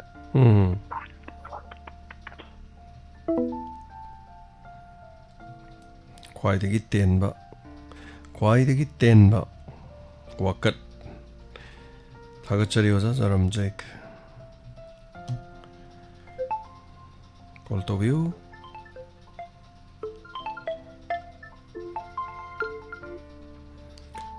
ꯇꯔꯥꯝ ꯅꯣꯛꯆꯔꯤ. ꯑꯩ ꯍꯧꯖꯤꯛ ꯁꯣꯔꯀꯥꯔ president ꯂꯦꯋꯥꯅꯤ ꯁꯥꯔ. ꯇꯥꯛꯄꯤꯌꯨ. ꯁꯥꯔ, ꯆꯠꯅꯕꯤ ꯍꯥꯏꯕꯁꯤ ꯌꯥꯝꯅ ꯂꯨꯏ, ꯑꯗꯨꯕꯨ ꯆꯠꯅꯕꯤꯗꯤ ꯑꯣꯏꯔꯒ ꯐꯠꯇꯕ ꯑꯣꯏꯔꯕ ꯃꯗꯨꯅ ꯃꯇꯝ ꯁꯥꯡꯅ ꯆꯠꯅꯕ ꯇꯥꯔꯒꯗꯤ ꯍꯥꯏꯔꯤꯕ ꯖꯥꯇꯤ ꯑꯗꯨꯃꯗꯤ ꯃꯤꯊꯥꯏ ꯃꯤꯁꯤꯗ ꯇꯞꯅ ꯇꯞꯅ ꯃꯥꯡꯁꯤꯜꯂꯛꯀꯅꯤ ꯍꯥꯏꯕꯁꯤꯃ ꯑꯍꯥꯟꯕꯗ ꯊꯝꯖꯒꯦ. ꯇꯁꯦꯡꯅꯃꯛꯀꯤ ꯅꯨꯄꯤ ꯑꯣꯏꯕꯒꯤ ꯃꯔꯥꯏꯕꯛꯁꯤ ꯌꯥꯝꯅ ꯊꯤ. ꯑꯃꯔꯣꯝꯗ ꯅꯨꯄꯤ ꯑꯣꯏꯕꯁꯤꯡꯕꯨ ꯑꯋꯥꯡꯕ ꯊꯥꯛꯇ ꯑꯩꯈꯣꯏꯒꯤ ꯏꯀꯥꯏ ꯈꯨꯝꯅꯖꯔꯤ. ꯃꯔꯝꯗꯤ ꯑꯩꯈꯣই ꯅꯨꯄꯤꯁꯤ ꯈꯤꯇꯪ ꯕꯗꯅꯥꯝ ꯆꯥꯕ ꯈꯤꯇꯪ ꯐꯠꯇꯦ ꯍꯥꯏꯕꯗꯤ ꯅꯤꯄꯥꯁꯤꯅ ꯂꯥꯏ ꯈꯥꯏꯅꯩꯀꯣ ꯑꯣꯖꯥ. ꯑꯗꯨꯒ ꯆꯠꯅꯕꯤꯒꯤ ꯌꯥꯎꯔꯨꯕꯗꯒꯤ ꯑꯦꯗꯤꯛ ꯆꯨꯔꯛꯄ, ꯌꯨꯗ ꯑꯦꯗꯤꯛ ꯆꯨꯔꯛꯄ ꯃꯥꯒꯤ ꯃꯄꯨꯔꯣꯏꯕꯗꯨꯅ ꯃꯗꯨꯒꯤ ꯃꯤꯑꯣꯠ ꯃꯤꯅꯣꯏ ꯑꯗꯨ ꯆꯪꯁꯤꯜꯂꯛꯑꯒꯁꯨ ꯌꯨ ꯊꯧꯔꯦ ꯍꯜꯂꯒ ꯇꯨꯃꯤꯟ ꯂꯩꯕ ꯅꯠꯇꯕ ꯏꯟꯁꯥꯡ ꯍꯥꯎꯏꯒ ꯍꯥꯎꯇꯦꯒ, ꯊꯨꯝ ꯌꯥꯏꯒ ꯌꯥꯛꯇꯦꯒ, ꯑꯗꯨꯒ ꯍꯥꯏꯐꯦꯠ ꯆꯥꯔꯝꯃꯒ ꯋꯥꯅ ꯊꯣꯡꯖꯔꯤꯕꯗꯨ ꯑꯩꯈꯣꯏꯒꯤ ꯑꯃꯨꯛ ꯄꯨꯂꯞ ꯏꯁꯤꯡ ꯍꯩꯖꯤꯜꯂꯒ ꯃꯥꯡꯍꯟꯕ ꯁꯤꯒꯨꯝꯕ ꯑꯩꯈꯣꯏꯒꯤ ꯏꯃꯨꯡ ꯀꯌꯥ ꯑꯃ ꯌꯥꯎꯔꯤꯕꯅꯤ ꯃꯁꯤꯗ ꯅꯨꯄꯤ ꯑꯣꯏꯕꯁꯤꯡꯅ ꯃꯃꯪ ꯑꯅꯤ ꯁꯣꯏꯗꯦ ꯍꯥꯏꯗꯅ ꯃꯆꯥꯒꯤ ꯃꯁꯨꯒꯤ ꯈꯜꯂꯒ ꯋꯥꯅ ꯈꯥꯡꯉꯤꯕꯅꯤ ꯍꯥꯏꯔꯤꯕ ꯄꯨꯝꯅꯃꯛꯁꯦ ꯀꯔꯤꯗꯒꯤ ꯑꯣꯏꯔꯛꯀꯦ ꯍꯥꯏꯕ ꯇꯥꯔꯒꯗꯤ ꯑꯩꯈꯣꯏꯒꯤ ꯌꯥꯝꯅ ꯐꯖꯕ ꯄꯨꯟꯁꯤ ꯂꯝꯕꯤꯗ ꯈꯣꯡꯗꯥꯕꯒ ꯍꯥꯏꯀꯣ ꯂꯨꯍꯣꯡꯕꯒꯤ ꯊꯧꯔꯝꯁꯦ ꯃꯁꯤꯒꯤ ꯊꯧꯔꯝꯁꯤꯒꯤ ꯄꯔꯦꯡ ꯃꯊꯪ ꯃꯊꯪ ꯆꯠꯊꯔꯛꯄ ꯑꯗꯒꯤ ꯑꯦꯅꯤ ꯑꯩꯈꯣꯏꯒꯤ ꯂꯩꯔꯤꯕ ꯁꯪꯒꯥꯕꯕꯨ ꯑꯣꯏꯔꯁꯅꯨ ꯑꯃꯕꯨ ꯑꯣꯏꯔꯁꯅꯨ ꯏꯄꯥꯟꯕꯨ ꯑꯣꯏꯔꯁꯅꯨ ꯃꯁꯤꯒꯤ ꯄꯨꯝꯅꯃꯛꯁꯦ ꯃꯁꯤꯗ ꯌꯥꯎꯔꯨꯕꯗꯒꯤ ꯇꯞꯅ ꯇꯞꯅ ꯍꯩꯅꯈꯤꯕ ꯑꯗꯨꯒ ꯑꯅꯤꯁꯨꯕꯗꯅ ꯑꯣꯖꯥꯒꯤ ꯂꯩꯀꯥꯏ ꯑꯩꯒꯤ ꯂꯩꯀꯥꯏꯗꯁꯨ ꯁꯨꯝ ꯌꯦꯡꯕꯤꯌꯨ ꯑꯩꯈꯣꯏꯅ ꯃꯤꯑꯣꯏꯕꯅ ꯈꯤꯇꯪ ꯑꯩꯈꯣꯏꯒꯤ ꯏꯀꯣꯅꯣꯃꯤ ꯁꯥꯎꯟ ꯑꯣꯏꯅ ꯂꯩꯅꯅꯕꯒꯤ ꯑꯃꯠꯇ ꯉꯥꯏꯔꯕ ꯂꯝꯕꯤꯁꯤ ꯍꯛꯆꯥꯡ ꯐꯕꯁꯤꯅꯤ ꯑꯩꯈꯣꯏ ꯂꯩꯀꯥꯏꯗꯁꯨ ꯉꯥꯏꯔꯦ ꯃꯤꯒꯤ ꯂꯩꯀꯥꯏꯗꯁꯨ ꯉꯥꯏꯔꯦ ꯑꯣꯖꯥ ꯂꯩꯀꯥꯏꯗꯁꯨ ꯉꯥꯏꯔꯦ ꯍꯛꯆꯥꯡ ꯐꯠꯇ꯭ꯔꯕ ꯑꯗꯒꯤ ꯍꯣꯁꯄꯤꯇꯥꯜꯗ ꯆꯠꯇꯧꯒꯤ ꯍꯣꯠꯅꯔꯒ ꯏꯃꯨꯡꯗꯨꯅ ꯄꯩꯁా ꯄꯥꯏꯔꯛꯀꯅꯤ ꯍꯥꯏꯕꯁꯤ ꯊꯥꯖꯗꯦ ꯑꯗꯨꯅ ꯑꯦꯅꯤ ꯂꯩꯀꯥꯏ ꯂꯩꯀꯥꯏꯗ ꯂꯩꯔꯤꯕ ꯏꯀꯣꯅꯣꯃꯤ ꯁꯥꯎꯟ ꯑꯣꯏꯔꯕ ꯃꯤꯅ ꯈꯨꯠ ꯊꯦꯛꯄꯗ ꯌꯥꯎꯔꯤꯕ ꯃꯁꯤ ꯃꯋꯥ ꯆꯠꯄꯁꯤꯡꯁꯤ ꯑꯩꯅ ꯁꯨꯝ ꯈꯟꯕꯗ ꯅꯤꯁꯥꯗ ꯌꯥꯝ ꯀꯟꯅ ꯂꯨꯞꯄ ꯑꯣꯏꯔꯝꯃꯣꯏ ꯑꯗꯨꯅ ꯑꯩꯈꯣꯏ ꯁꯦꯟ ꯊꯨꯝꯒꯤ ꯐꯤꯕꯝ ꯌꯥꯝꯅ ꯐꯠꯇꯕ ꯄꯣꯠ ꯆꯩ ꯊꯥꯔꯦ ꯌꯣꯟꯐꯝ ꯍꯦꯛ ꯂꯩꯇꯕ ꯍꯣꯡꯕꯅ ꯍꯦꯛꯀꯝ ꯂꯣꯏꯕ ꯀꯣꯕꯤꯗ ꯊꯥꯔꯦ ꯍꯦꯛꯀꯝ ꯎꯖꯥꯔ ꯁꯥꯒꯩ ꯍꯣꯡꯕ ꯑꯗꯨ ꯃꯄꯥꯟꯗꯒꯤ ꯍꯦꯛ ꯄꯨꯁꯤꯜꯂꯛꯄꯁꯤꯅ ꯍꯦꯛ ꯍꯥꯏꯒꯠꯇꯅ ꯇꯥꯡꯕ ꯑꯗꯨꯝꯕ ꯂꯝꯗꯝꯅꯤ ꯃꯔꯝ ꯑꯗꯨꯅ ꯂꯥꯏꯔꯕ ꯍꯥꯏꯕꯁꯤ ꯍꯤꯔꯝ ꯈꯨꯗꯤꯡꯃꯛꯇ ꯋꯥꯠꯄꯅꯤ ꯑꯗꯨꯅ ꯌꯥꯔꯤꯈꯩ ꯂꯥꯏꯔꯖꯒꯁꯨ ꯅꯥꯗꯕ ꯍꯥꯏꯕ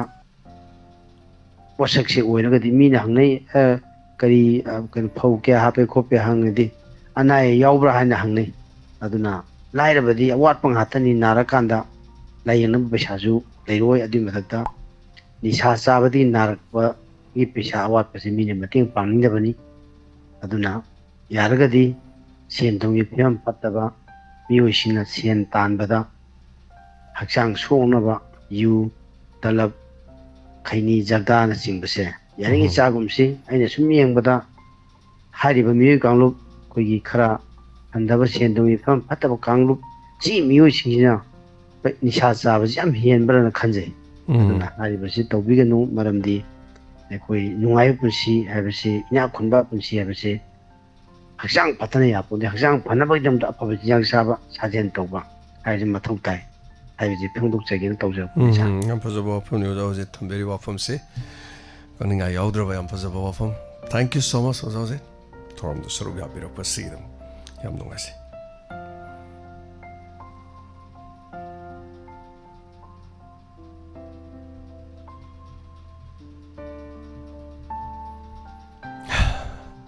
थबक यामगी आई कोनद्रे दु तौरे मयाम आई कोनद्रे दो थबक अमा तौरिङेदा अमा तौरिङेदा अमा हाइतारे पांथोकनिंगबा थबकना यामबा मीना अमखक ओइबा सिदैदमुक तुमनबगी मतम तयाई साननबगी मतम प्रोग्राम सिंग असि येंगसनबगी मतम मरु मपांग सिंग पाव फाउनबगी मतम लीला की पाव फाउनबगी इसई की पाव फाउनबगी इसई रिकॉर्ड तौबगी थौरम रिकॉर्ड तौबगी एडिटिंग तौबगी एडवर्टाइजमेंट सेमबगी अदगी अतै अतै माइबल सिंग अदु खंगबा खंगदबा खोटबगी पाव फाउनबगी अदुदगी अमु मरु मपांग सिंग खरे हेना अखोइना तौरिबसिदा क्रमाय तौरिगे करी तौरिगे कमाय तौरिगे हाइदना हंगबीबा तौबीबा मयाम सिजो अखोइना मु मोइगसु वारी सानदे यादे तौरिसि पुनमक्से लोइना मरु ओइबा गाक्तनी हाइबा तारे अदुना मसिदगी ngamna बोहनबसे सिदैदा कयम कांदा तौगदबना तहौददना हाइगदबना हाइहौददना काउथोगा लेगिबसु दुम यावबजान अदु कांदना इसा इथंदा चोपा हाइगदरा मिवा ताबा हाइगदरा मै तौबसु यावबजान हेलो मिंग अमदे लेफम हाइबिसे हेलो सगुमंदगी लेना तुमदिने सर कोनोम लेना तुमदी अदो हदकी मम ताक्पीगिबा हक्चांग फबगी सुम हाइबदिदा सनरोय अमा ओइना योगा सनरोय अमा ओइना हक्चांग फबा हाइबसे सिगी मरमदा हाइतेतंग योगा सनबसिना अना एक मयाम अमसु वरी वताई तौबेदसु ताबी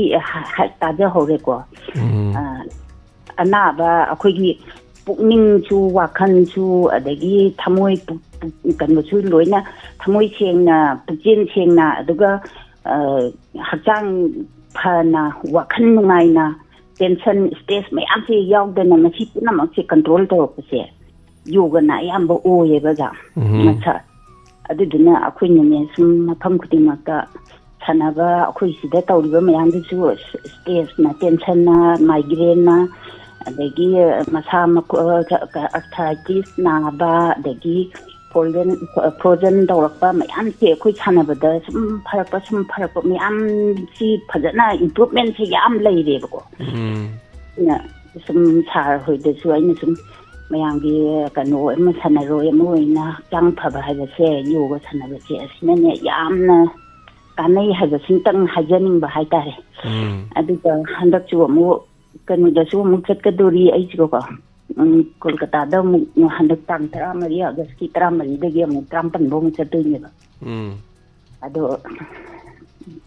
ꯍꯛꯆꯥꯡ ꯐꯕ ꯍꯥꯏꯕꯁꯦ ꯑꯌꯥꯝꯕꯅꯅꯦ ꯁꯨꯝ ꯑꯗꯒꯤ ꯅꯤꯁꯥ ꯆꯥꯔꯝꯕ ꯑꯗꯒꯤ ꯀ꯭ꯋꯥ ꯍꯩ ꯆꯥꯕꯩꯁꯨ ꯁꯥꯔꯅ ꯑꯗꯨꯝ ꯋꯥꯔꯤ ꯁꯥꯟꯅꯈꯤꯗꯅ ꯀ꯭ꯋꯥ ꯆꯥꯕꯒꯁꯦ ꯑꯩꯈꯣꯏ ꯁꯥꯟꯅꯕꯗꯗꯤꯅꯦ ꯀ꯭ꯋꯥꯒꯨꯝꯕ ꯑꯗꯒꯤ ꯅꯤꯁꯥꯒꯤ ꯊꯕꯛꯁꯦ ꯑꯌꯥꯝꯕ ꯌꯥꯗꯕꯅꯤꯅꯅꯦ ꯊꯋꯥꯏ ꯌꯥꯎꯅ ꯍꯛꯆꯥꯡ ꯐꯔꯒꯦ ꯈꯟꯕ ꯃꯤꯑꯣꯏꯅꯅꯦ ꯌꯣꯒꯁꯦ ꯐꯖꯅ ꯁꯥꯟꯅꯕꯤꯔꯕ ꯑꯗꯨ ꯑꯣꯏꯔꯒꯗꯤꯅꯦ ꯄꯨꯝꯅꯃꯛꯁꯦ ꯁ꯭ꯇ꯭ꯔꯦꯁ ꯇꯦꯟꯁꯟ ꯀꯅꯥꯒꯤ ꯌꯨꯝꯒꯤ ꯋꯥꯈꯜ ꯌꯥꯝ ꯁꯧꯒꯠꯂꯝꯕ ꯃꯤ ꯐꯥꯎꯕꯗꯅꯦ ꯄꯨꯛꯅꯤꯡꯁꯦ ꯑꯗꯨꯝ ꯐꯊꯩꯑꯕ ꯁꯦ ꯑꯗꯨꯗꯨꯅꯅꯦ ꯆꯥꯡ ꯅꯥꯏꯅ ꯃꯁꯤꯗ ꯑꯃꯨꯛ ꯁꯥꯟꯅꯕꯤꯔꯗꯤꯅꯦ ꯑꯗꯨꯝ ꯊꯋꯥꯏ ꯌꯥꯎꯅ ꯁꯥꯟꯅꯕꯤꯔꯗꯤ ꯑꯩꯒꯤ ꯍꯛꯆꯥꯡꯒꯤ ꯌꯣꯒꯅ ꯌꯥꯝ ꯀꯥꯟꯅꯩꯕꯁꯦ ꯍꯥꯏꯖꯒꯦ ꯁꯥꯔ ꯆꯠꯊꯟꯖꯔꯒꯦ ꯁꯥꯔ ꯊꯥꯒꯠꯆꯔꯤ ꯌꯥꯝꯅ ꯆꯨꯝꯕ ꯋꯥꯅꯤ ꯌꯣꯒꯥ ꯍꯥꯏꯁꯤꯗꯤ ꯍꯤꯗꯥꯛꯅꯤ ꯍꯥꯏꯇꯥꯔꯦ ꯃꯦꯗꯤꯁꯤꯟꯅꯤ ꯑꯗꯨꯅ ꯌꯣꯒ ꯉꯝꯗꯕꯩ ꯋꯥꯅꯤ ꯑꯁꯤ ꯉꯥꯏꯔꯦ ꯌꯦꯡꯉꯤꯅꯤ ꯑꯩꯈꯣꯏꯁꯨ ꯌꯣꯒꯒꯤ ꯀꯥꯟꯅꯕꯁꯨ ꯑꯗꯨꯝ ꯈꯪꯕ ꯑꯗꯨꯒ ꯄꯥꯡꯊꯣꯛꯄꯒꯤ ꯃꯇꯝꯁꯤ ꯉꯝꯗꯗꯅ ꯍꯥꯏꯇꯥꯔꯦ ꯇꯧꯒꯦ ꯈꯜꯂꯤ ꯉꯝꯗꯦ ꯃꯤꯅ ꯇꯧꯔꯀꯥꯟꯗꯅꯦ ꯑꯗꯨꯝ ꯄꯦꯟꯖꯕ ꯃꯇꯦꯛ ꯑꯃꯒ ꯌꯣꯒꯒꯤ ꯀꯔꯤ ꯁꯕꯁꯀ꯭ꯔꯥꯏꯕ ꯃꯌꯥꯝ ꯇꯧꯋꯦꯕ ꯑꯩ ꯆꯦꯅꯦꯜ ꯈꯔ ꯍꯥꯏꯇꯥꯔꯦ ꯐꯖꯅ ꯃꯄꯥꯟ ꯂꯝꯒꯤ ꯃꯤꯁꯤꯡꯅ ꯇꯥꯛꯄꯅꯤꯗ ꯑꯩꯈꯣꯏꯒꯤ ꯃꯌꯥꯡ ꯃꯆꯥ ꯀꯔꯤ ꯑꯗꯒꯤ ꯑꯇꯩ ꯁꯣꯝ ꯂꯩꯕꯁꯤꯡ ꯍꯥꯏꯇꯥꯔꯦ ꯃꯌꯥꯡ ꯃꯆꯥ ꯍꯥꯏꯁꯤꯅꯤ ꯍꯣꯏꯅꯤ ꯃꯤꯇꯣꯞꯇꯨꯕꯨ ꯃꯤꯌꯥꯟ ꯃꯆꯥ ꯍꯥꯏꯕꯅꯤ ꯃꯈꯣꯏꯅꯒ ꯇꯦꯕꯜ ꯑꯃꯗ ꯊꯥꯡꯀꯠꯂ ꯈꯣꯡ ꯁꯨꯃꯥꯏꯅ ꯇꯧꯕꯗ ꯈꯣꯡꯁꯦ ꯐꯝꯕ ꯀꯥꯟꯗ ꯅꯦꯛꯑꯒ ꯊꯝꯕ ꯑꯗꯨꯅ ꯅꯣꯡꯃꯒꯤ ꯁꯨꯃꯥꯏꯅ ꯇꯧꯕ ꯇꯥꯛꯄ ꯃꯌꯥꯝꯁꯦ ꯁꯕꯁꯀ꯭ꯔꯥꯏꯕ ꯇꯧ ꯌꯦꯡꯉꯤꯕꯅꯦ ꯑꯩꯈꯣꯏꯁꯨ ꯀꯣ ꯀꯥꯟꯅꯕꯁꯦ ꯄꯨꯔꯥ ꯇꯧꯕꯉꯝꯗ꯭ꯔꯁꯨ ꯈꯔ ꯑꯗꯒꯤ ꯊꯥꯒꯠꯆꯔꯤ ꯊꯦꯡꯛ ꯌꯨ ꯁꯣ ꯃꯆ ꯀꯥꯟꯅꯕꯁꯤꯗꯤ ꯂꯣꯏꯕ ꯅꯥꯏꯔꯣꯏ ꯍꯥꯏꯕꯒꯤꯀꯣ ꯁꯤ ꯂꯩꯔꯦ ꯑꯗꯨꯒ ꯑꯩꯈꯣꯏꯒꯤ ꯃꯌꯥꯝ ꯑꯩꯅ ꯔꯦꯗꯤꯑꯣꯁꯦ ꯇꯥꯕꯤꯕ ꯗꯤꯐꯔꯦꯟꯂꯤ ꯁꯨꯄꯔ ꯁ꯭ꯄꯤꯁꯦꯜꯂꯤ ꯑꯦꯕꯜ ꯍꯥꯏꯇꯥꯔꯦ ꯃꯁꯤ ꯑꯩꯈꯣꯏꯅ ꯗꯤꯁꯦꯕꯜ ꯑꯗꯨ ꯑꯗꯥ ꯃꯤꯃꯥꯟꯅꯕ ꯅꯥꯟꯗꯕ ꯑꯗꯨꯒꯨꯝꯕ ꯍꯥꯏꯕꯁꯦ ꯌꯥꯝꯅ ꯅꯨꯡꯉꯥꯏꯇꯦ ꯑꯗꯨꯅ ꯍꯥꯏꯔꯤꯕꯁꯦ ꯃꯁꯤꯒꯤꯗꯃꯛ ꯑꯩꯈꯣꯏꯅ ꯀꯔꯤꯒꯨꯝꯕ ꯈꯔ ꯂꯥꯡꯖꯕꯅꯦ ꯍꯥꯏꯇꯥꯔꯦꯀꯣ ꯀꯔꯤꯒꯨꯝꯕ ꯈꯨꯗꯣꯜ ꯈꯔ ꯇꯝꯅꯕ ꯌꯥꯝꯕ ꯅꯠꯇꯦ ꯑꯩꯈꯣꯏꯅ ꯄꯤꯒꯗꯧꯔꯤꯕ ꯈꯨꯗꯣꯜ ꯃꯆꯥꯗꯨꯅ ꯃꯥꯒꯤ ꯄꯨꯟꯁꯤꯗ ꯂꯣꯏꯅ ꯁꯤꯖꯤꯟꯅꯕ ꯀꯣꯟꯅꯒꯗꯕ ꯅꯠꯇꯦ ꯀꯣꯟꯅꯔꯣꯏ ꯈꯪꯉꯦꯕ ꯑꯗꯨꯕꯨ ꯃꯈꯣꯏꯕꯨ ꯏꯀꯥꯏ ꯈꯨꯝꯅꯖꯕꯅꯦꯕ ꯀꯔꯤꯒꯤ ꯋꯥꯍꯣꯡ ꯔꯦꯗꯤꯑꯣ ꯇꯥꯕꯤꯕꯒꯤ ꯗꯥꯏꯃꯟ ꯇꯤꯚꯤ ꯌꯦꯡꯕꯤꯕꯒꯤ ꯑꯗꯨꯅ ꯆꯦꯅꯦꯜꯁꯤꯕꯨ ꯇꯥꯕꯤꯕ ꯍꯥꯏꯕꯅꯤꯀꯣ disable differently able super specially able ꯑꯣꯏꯕꯁꯦ 45,000ꯗꯩꯅ 55,000 ꯐꯥꯎ ꯂꯩ ꯍꯥꯏ ꯑꯦꯛꯖꯦꯛꯠꯂꯤ ꯑꯩ ꯈꯪꯗꯦ ꯁꯨꯝ ꯍꯥꯏꯅꯩ ꯃꯔꯝꯗꯤ ꯑꯩ ꯂꯤꯁꯇꯨ ꯎꯔꯒ ꯗꯥꯏꯔꯦꯛ ꯑꯩ ꯎꯗꯦꯕꯀꯣ ꯑꯗꯨꯅ 40-50,000 ꯐꯥꯎꯗꯤ ꯂꯩ ꯍꯥꯏꯕ 50,000ꯗꯣ ꯑꯩꯅ 1,000 ꯄꯤ ꯇꯥꯔꯁꯨ ꯃꯣꯏ 50,000ꯅꯦꯕ ꯋꯥꯔꯤꯅꯤꯀꯣ ꯑꯃꯃꯝ 1,000 ꯄꯤꯔꯣꯏ ꯃꯤ 50,000ꯗꯨꯗ ꯑꯩꯅ 1,000 ꯄꯤꯔꯣꯏꯗꯤ ꯂꯨꯄꯥ ꯂꯥꯛ ꯀꯌꯥꯅꯣ ꯄꯩꯁꯥ ꯀꯌꯥꯅꯣ ꯌꯦꯡꯉꯨ ꯌꯥꯝꯈ꯭ꯔꯦ ꯌꯦꯡꯉꯨ ꯃꯤ 50 ꯍꯥꯏꯕ ꯅꯠꯇꯦ ꯃꯤ 50,000ꯗ ꯀꯌꯥ ꯇꯥꯒꯦ ꯌꯦꯡꯉꯨ ꯌꯥꯝꯈ꯭ꯔꯦ ꯑꯩ ꯀꯩꯁꯨ ꯄꯤ ꯉꯝꯃꯣꯏꯕ ꯑꯩꯈꯣꯏ ꯀꯩꯁꯨ ꯉꯝꯗꯦ ꯃꯌꯥꯝ ꯈꯪꯉꯤꯗꯨꯅ ꯑꯩꯁꯨ ꯆꯦꯡ ꯃꯥꯜꯂ ꯆꯥꯏ ꯆꯞ ꯃꯥꯟꯅꯩ इंस्पेक्टर तैयारी सानई मैम ताबी इंस्पेक्टर तैयारी पैसा फंगी इनकम लाई मैम ने खोद कटलई पीरई अदु मतेंग पांगे अदु तवे लई तासली आंगांग सिंगी पे पी आंगांग सिंग से लेसिबो मपुंग फाना पे से बारी याम पिंगमदे अदुरगसु अखोई ngaktana phangba nataba tariba mi singsu phanganba moisu kharaga adai khani yengai sina kana kana no haikanda khara hena sothaba singdo kitang hana makhoi yengapani adu mai tawdana akhoi radio se tabi daba singdo khoi na kitang konjandre kitang taba singdra hana ahan bai thamme ai tare khalerga hena ngamak pasu yai ko puchel chawba mayam tholadi oje khoi na ngamjai se aina sel pai bai natte ai kai moide ai sungai oide furit firon khara sai da se la camera mang da lei bai wani kana gum ne dum lan khali ko ai khali ni asma masak phajai no pong mani du koi mi sok phajai pong ya jo achem sai gu jam mi yam da ya bane do asma mi yam nuk sim ne do ma kitang pong mani kitang mukhai bani ga su mo ta ba khoi nungai ja de ai sak phajage ra thigir ai adon da kain khande ba sung khan khande sung yang geng biro kono ai mai thong de geng biro kono ai chehra de geng biro kono ai thamoi do ni geng biro thamoi dil ada ai am phare ha ba natte ai na ngam jari se ai ga mana ba me a punsan har ga ne so ngasi se am nungai ba nu bi nam nei dum me am marak te hai tare ai lauthok jage me am khobak hau nong tong khubi ho ko kai gi no hai kan da ai da disable gi sumai na mateng pang ni hai ro kan da khoi gi irom ongbi khangembam ningol sobeta langthabal mantri khong awang lekai da lebana ibong na du ma thaba ma to do ai yam penjei nai mamang da su atai atai thorong gi kari gi palising ahung ka pakwa ani ka pakwa te kam kapi rakre mamang da su na hawai su ado ibong na to gani haibado du dai du dalising tara kakta hapchage adu gane diamond tv gi atai atai tori ba thabok mayam du gi puning thok ga boina imana lupa lising tara am to ga hapchage na haidana lupa lising kun pibire ro du mayam sile do khuba khau nam to khubio mayam so here's a round of applause khubak se hau nam to khubio hai tare thank you thorom sida daga ai call ama so hold to dana lei paija ki ko mayam sina smai to khoi ngam jari ne ba ko odaga madam khangembam romita na disable gi sumana teng khram pirakhini ma gi dum pira kan da idum lok thok jarage khobak kobi bagi damak mayam promo ko thaga chari hello hello mingama de lai fam habiu yang lam wara khong dei san to mi kuina sar gi phone je tau da ba tha ma kha yang ku pharam mani do si di sum wa khan je pungning je hantak se sum sondha ba hai tare kari sondhari no sum nungai ta ba mayam je gi wa khan da sar gi se nen je tara ga di adum lai ri ba odu chenen ji taraga thamoi nungai tar ba thamoi hena wa na bu oirab za lo na adu gi na te da sina khaitang wa khan je phada ba hai tare asagi akhoi gi isa nu bi yai ma je laubagi lauriba iya nu pa ji ma mu laita ba tanja du da sakhinu haraga sakhibaga police na yara ro na aina pari ba phone number ji da sal hek tawchal lakai thukathi ba duga hadagi na sai inaw nu pi ma na han aina soyana sa da phone taw ba to adu su tung da mang da hek lak minaraga mana kaksing ta na thaugi baga aina hiyang nam da sang ho baga dang minara kan da jado mandre harak ba dugi thukathi ba do adu dugi tension je sum wang khatlaga anda isa je gari tong ba su ki ba gari u ba su ki ba isa je da dum sum ba nungai ta ba mayam se janu pa na sum koi ru ji ma nang wa khan nungai thong na ma sat lu ji ka ha ba se wa khan ji da di aina koi ba lang ba di wa khan je gari du phau tong ga sat ning dari ha ba adai da aina ibungo koi ba lang ba mak ta na wa khan je nungai ba na ti nang na nuksi ba wa hai do tau bi ra kan da nuksi ba wa hai du na ni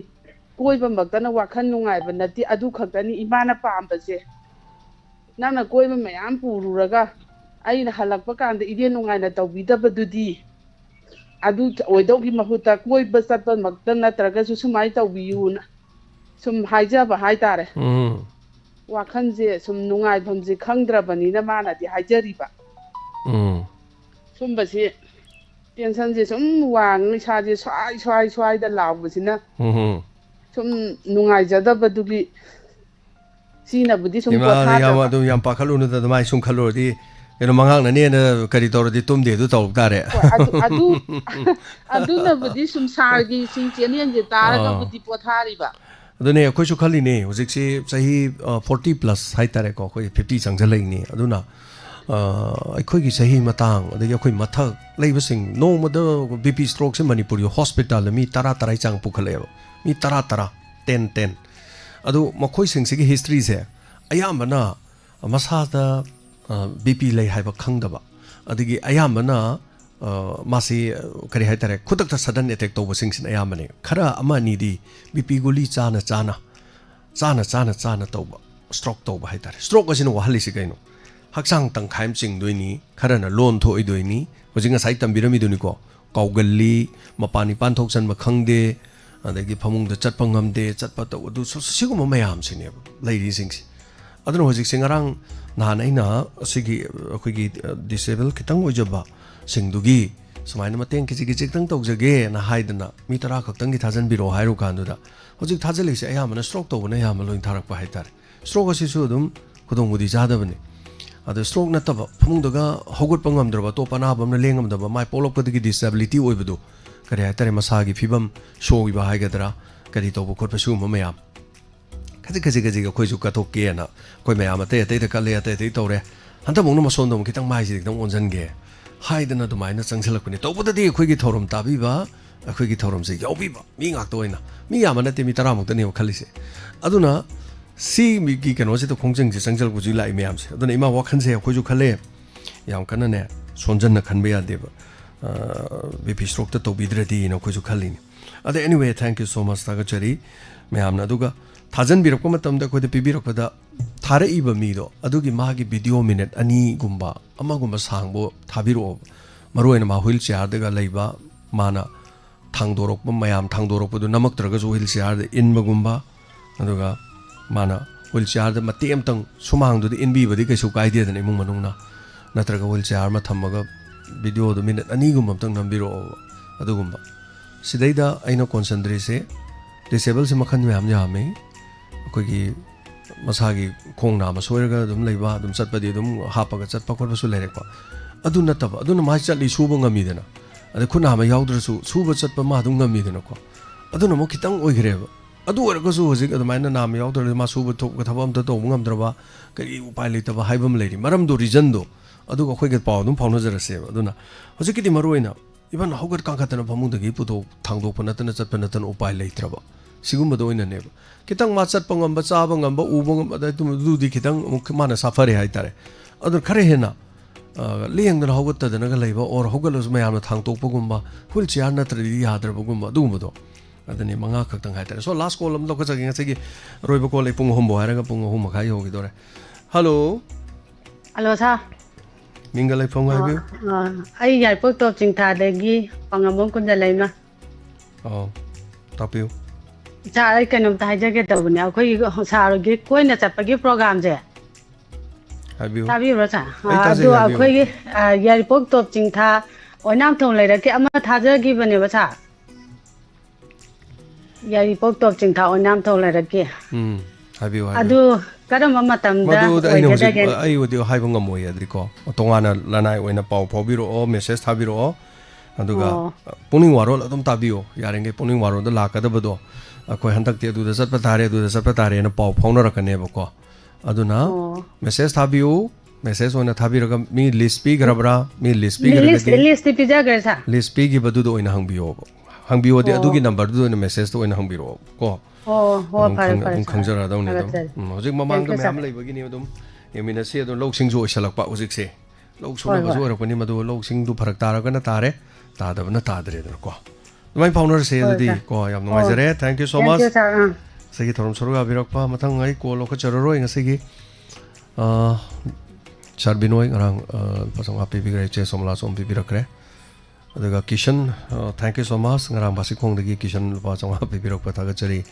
अदुगा Kiran मला सगोनबन वाहेंगबम लेखाइ lupa lising ama bibirakpani thank you so much thagachari अदुगा मखोगी निंगोमबम मखोगी madam Shanti lupa lising ama bibireng ngरang lilampham thengnaba thank you so much अदुगा जमुना सलुंगफम third ताबगी ngरang isegi थर्ड ताबगी पैसा दो इंस्पेक्टर तयai गी series दो इना कथोक चरे हाइदना हाइबिरे याय कथोक पिरक कछु गाइदे कथोक पिरक ओलेन होय करी होय लाव खोंदना तौजरी बंगा मयाम दो होरेन इंजांग चाजनी अदु मयाम सु लोबो याबदे दुम लोबिउ अखोइद लोय कथोक गनमनि हाइबल लेते थैंक यू सो मच अदुगा अदोमना अखोइगी प्राइस से अखोइ फाव ग्रेन खलसे बको समना हाइबदा केनो द फावरेबा आई इसै संगना से प्राइस फंगेबा मिंग लाउथोरे दोरबोदी अखोइगी नंबर से maroin aigi number du da ngarang isei sangnaba da second tabagi sigi gp sida kapiro o haidana pisan biro bengon aduna tatardi caller du na faugra neba magi number du di gp thokti ba krai da kaptoino adai de mo caller du phone mu tawne ba busy mu laini adai call mu paikhaloi ada khoi ju thaba mu chille adai di adum to adu namdane di kape ba ko adi matam du changhalli dana nongala ga kapte ya de ba do mathang ade mu phangde mathang gi da mu kape aduna yaraga di phaubi khiba hek winner oi khiba aduna ishana khangna 9077282001 da ngarang first tabado second tabado third tabado minga gp ga thajan biro kusi kayam kai ge sibo natre de koina mo hangna leiba yara siko du di meam purama ngasi gi matang sida puning waro selo sinjare aduga amako johana thagachari koi gi khangembam romila thokpam de gi ko mahangna amount ma kara amount huge amount ma mateng pamira kani haire amount sima lep 3 aduga mahaki leki amagi imaga pabunga da ming da kachagi hair pani aduga mathangi su khangembam sobitani langtaban mat kongi adu khangembam ngaktani haitare hoji bogi di 10000 mo jo bibirok pani adu khoi da 10000 bibirok pani aduna soidina makki khoina honajari ba tokjari ba sida haitare mayam da dum full video do wanjara kan do honajarake aduga थाजालाइब खुदिमक तो खोइन Munna खोइगी माइकैदगी हाइतारे वहांग हंगजगनी चानारिरा चानाद्रिरा disable ओइरिब्रा ओइद्रिब्रा हाइबनो चिंगबदो कासु याम सेनफम नते तौबददी थांगै सेंना दोमदोमना थाबिरलिब सिंगदो खोइना हाय उचरक मतमदो सोदोनो मतिक चाइ हाबदो इसा इसाने यानिंगबा ngakto ओइन ओइगनी खाले अदना ngasi गिदमक्तदी Matang असिद लोसिनजरे पुंगनिंगी वारोल थोरमदा सरुगा बेरिबा पुनमकपु James हाइगुरजामना मुखाना ताबिरिबा Singh मयाम पुनमपो मुखाना खुरुमजरी Take care.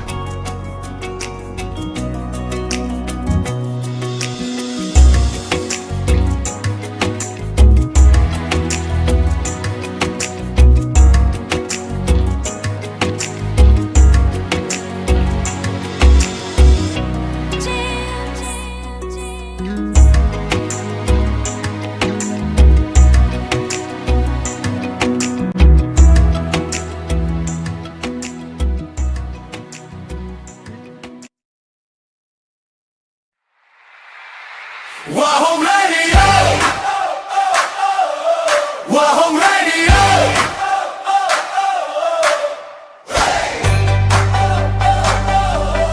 WAHONG Radio! 90.0!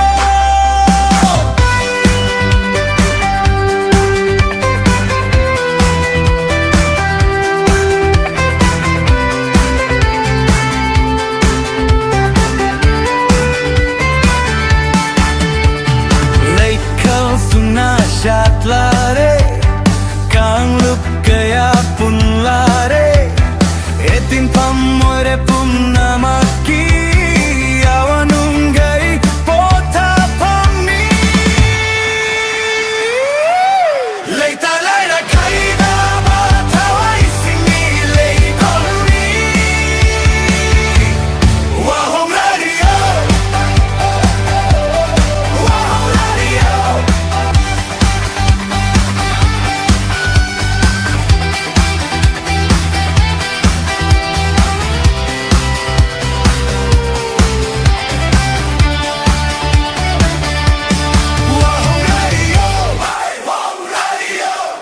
WAHONG Radio, WAHONG Radio, hey! WAHONG Radio, 90.0.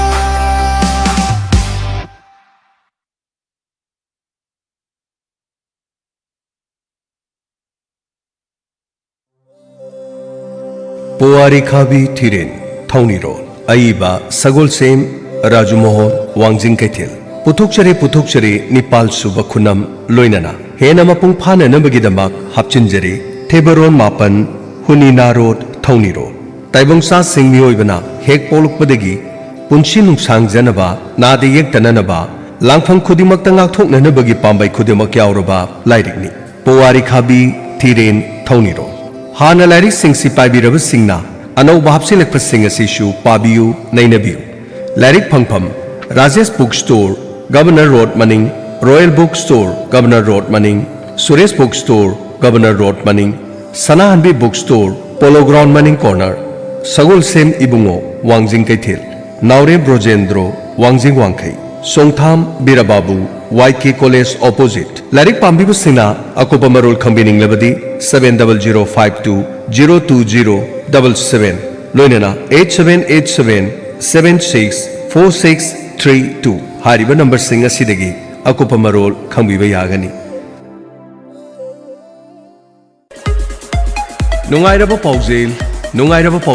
Zivan Hospital Kachingda, Cardiology OPD Fangiragan, Super Specialist Dr. Rajendra Thangjam, DM Cardiology, AIMS Delhi, Richard HOD, Jennings Imphal, OPD Gimatamna, Thangza Kudingi, Ayuk Pung Nipandigina, Nungtil Pung Ama, Kudung Chabu Singh, Advanced Echocardiography, Cardio. Imphal the Giam Lapasu Ataba. Asian Highway gi mana nakna leiba khungjum dani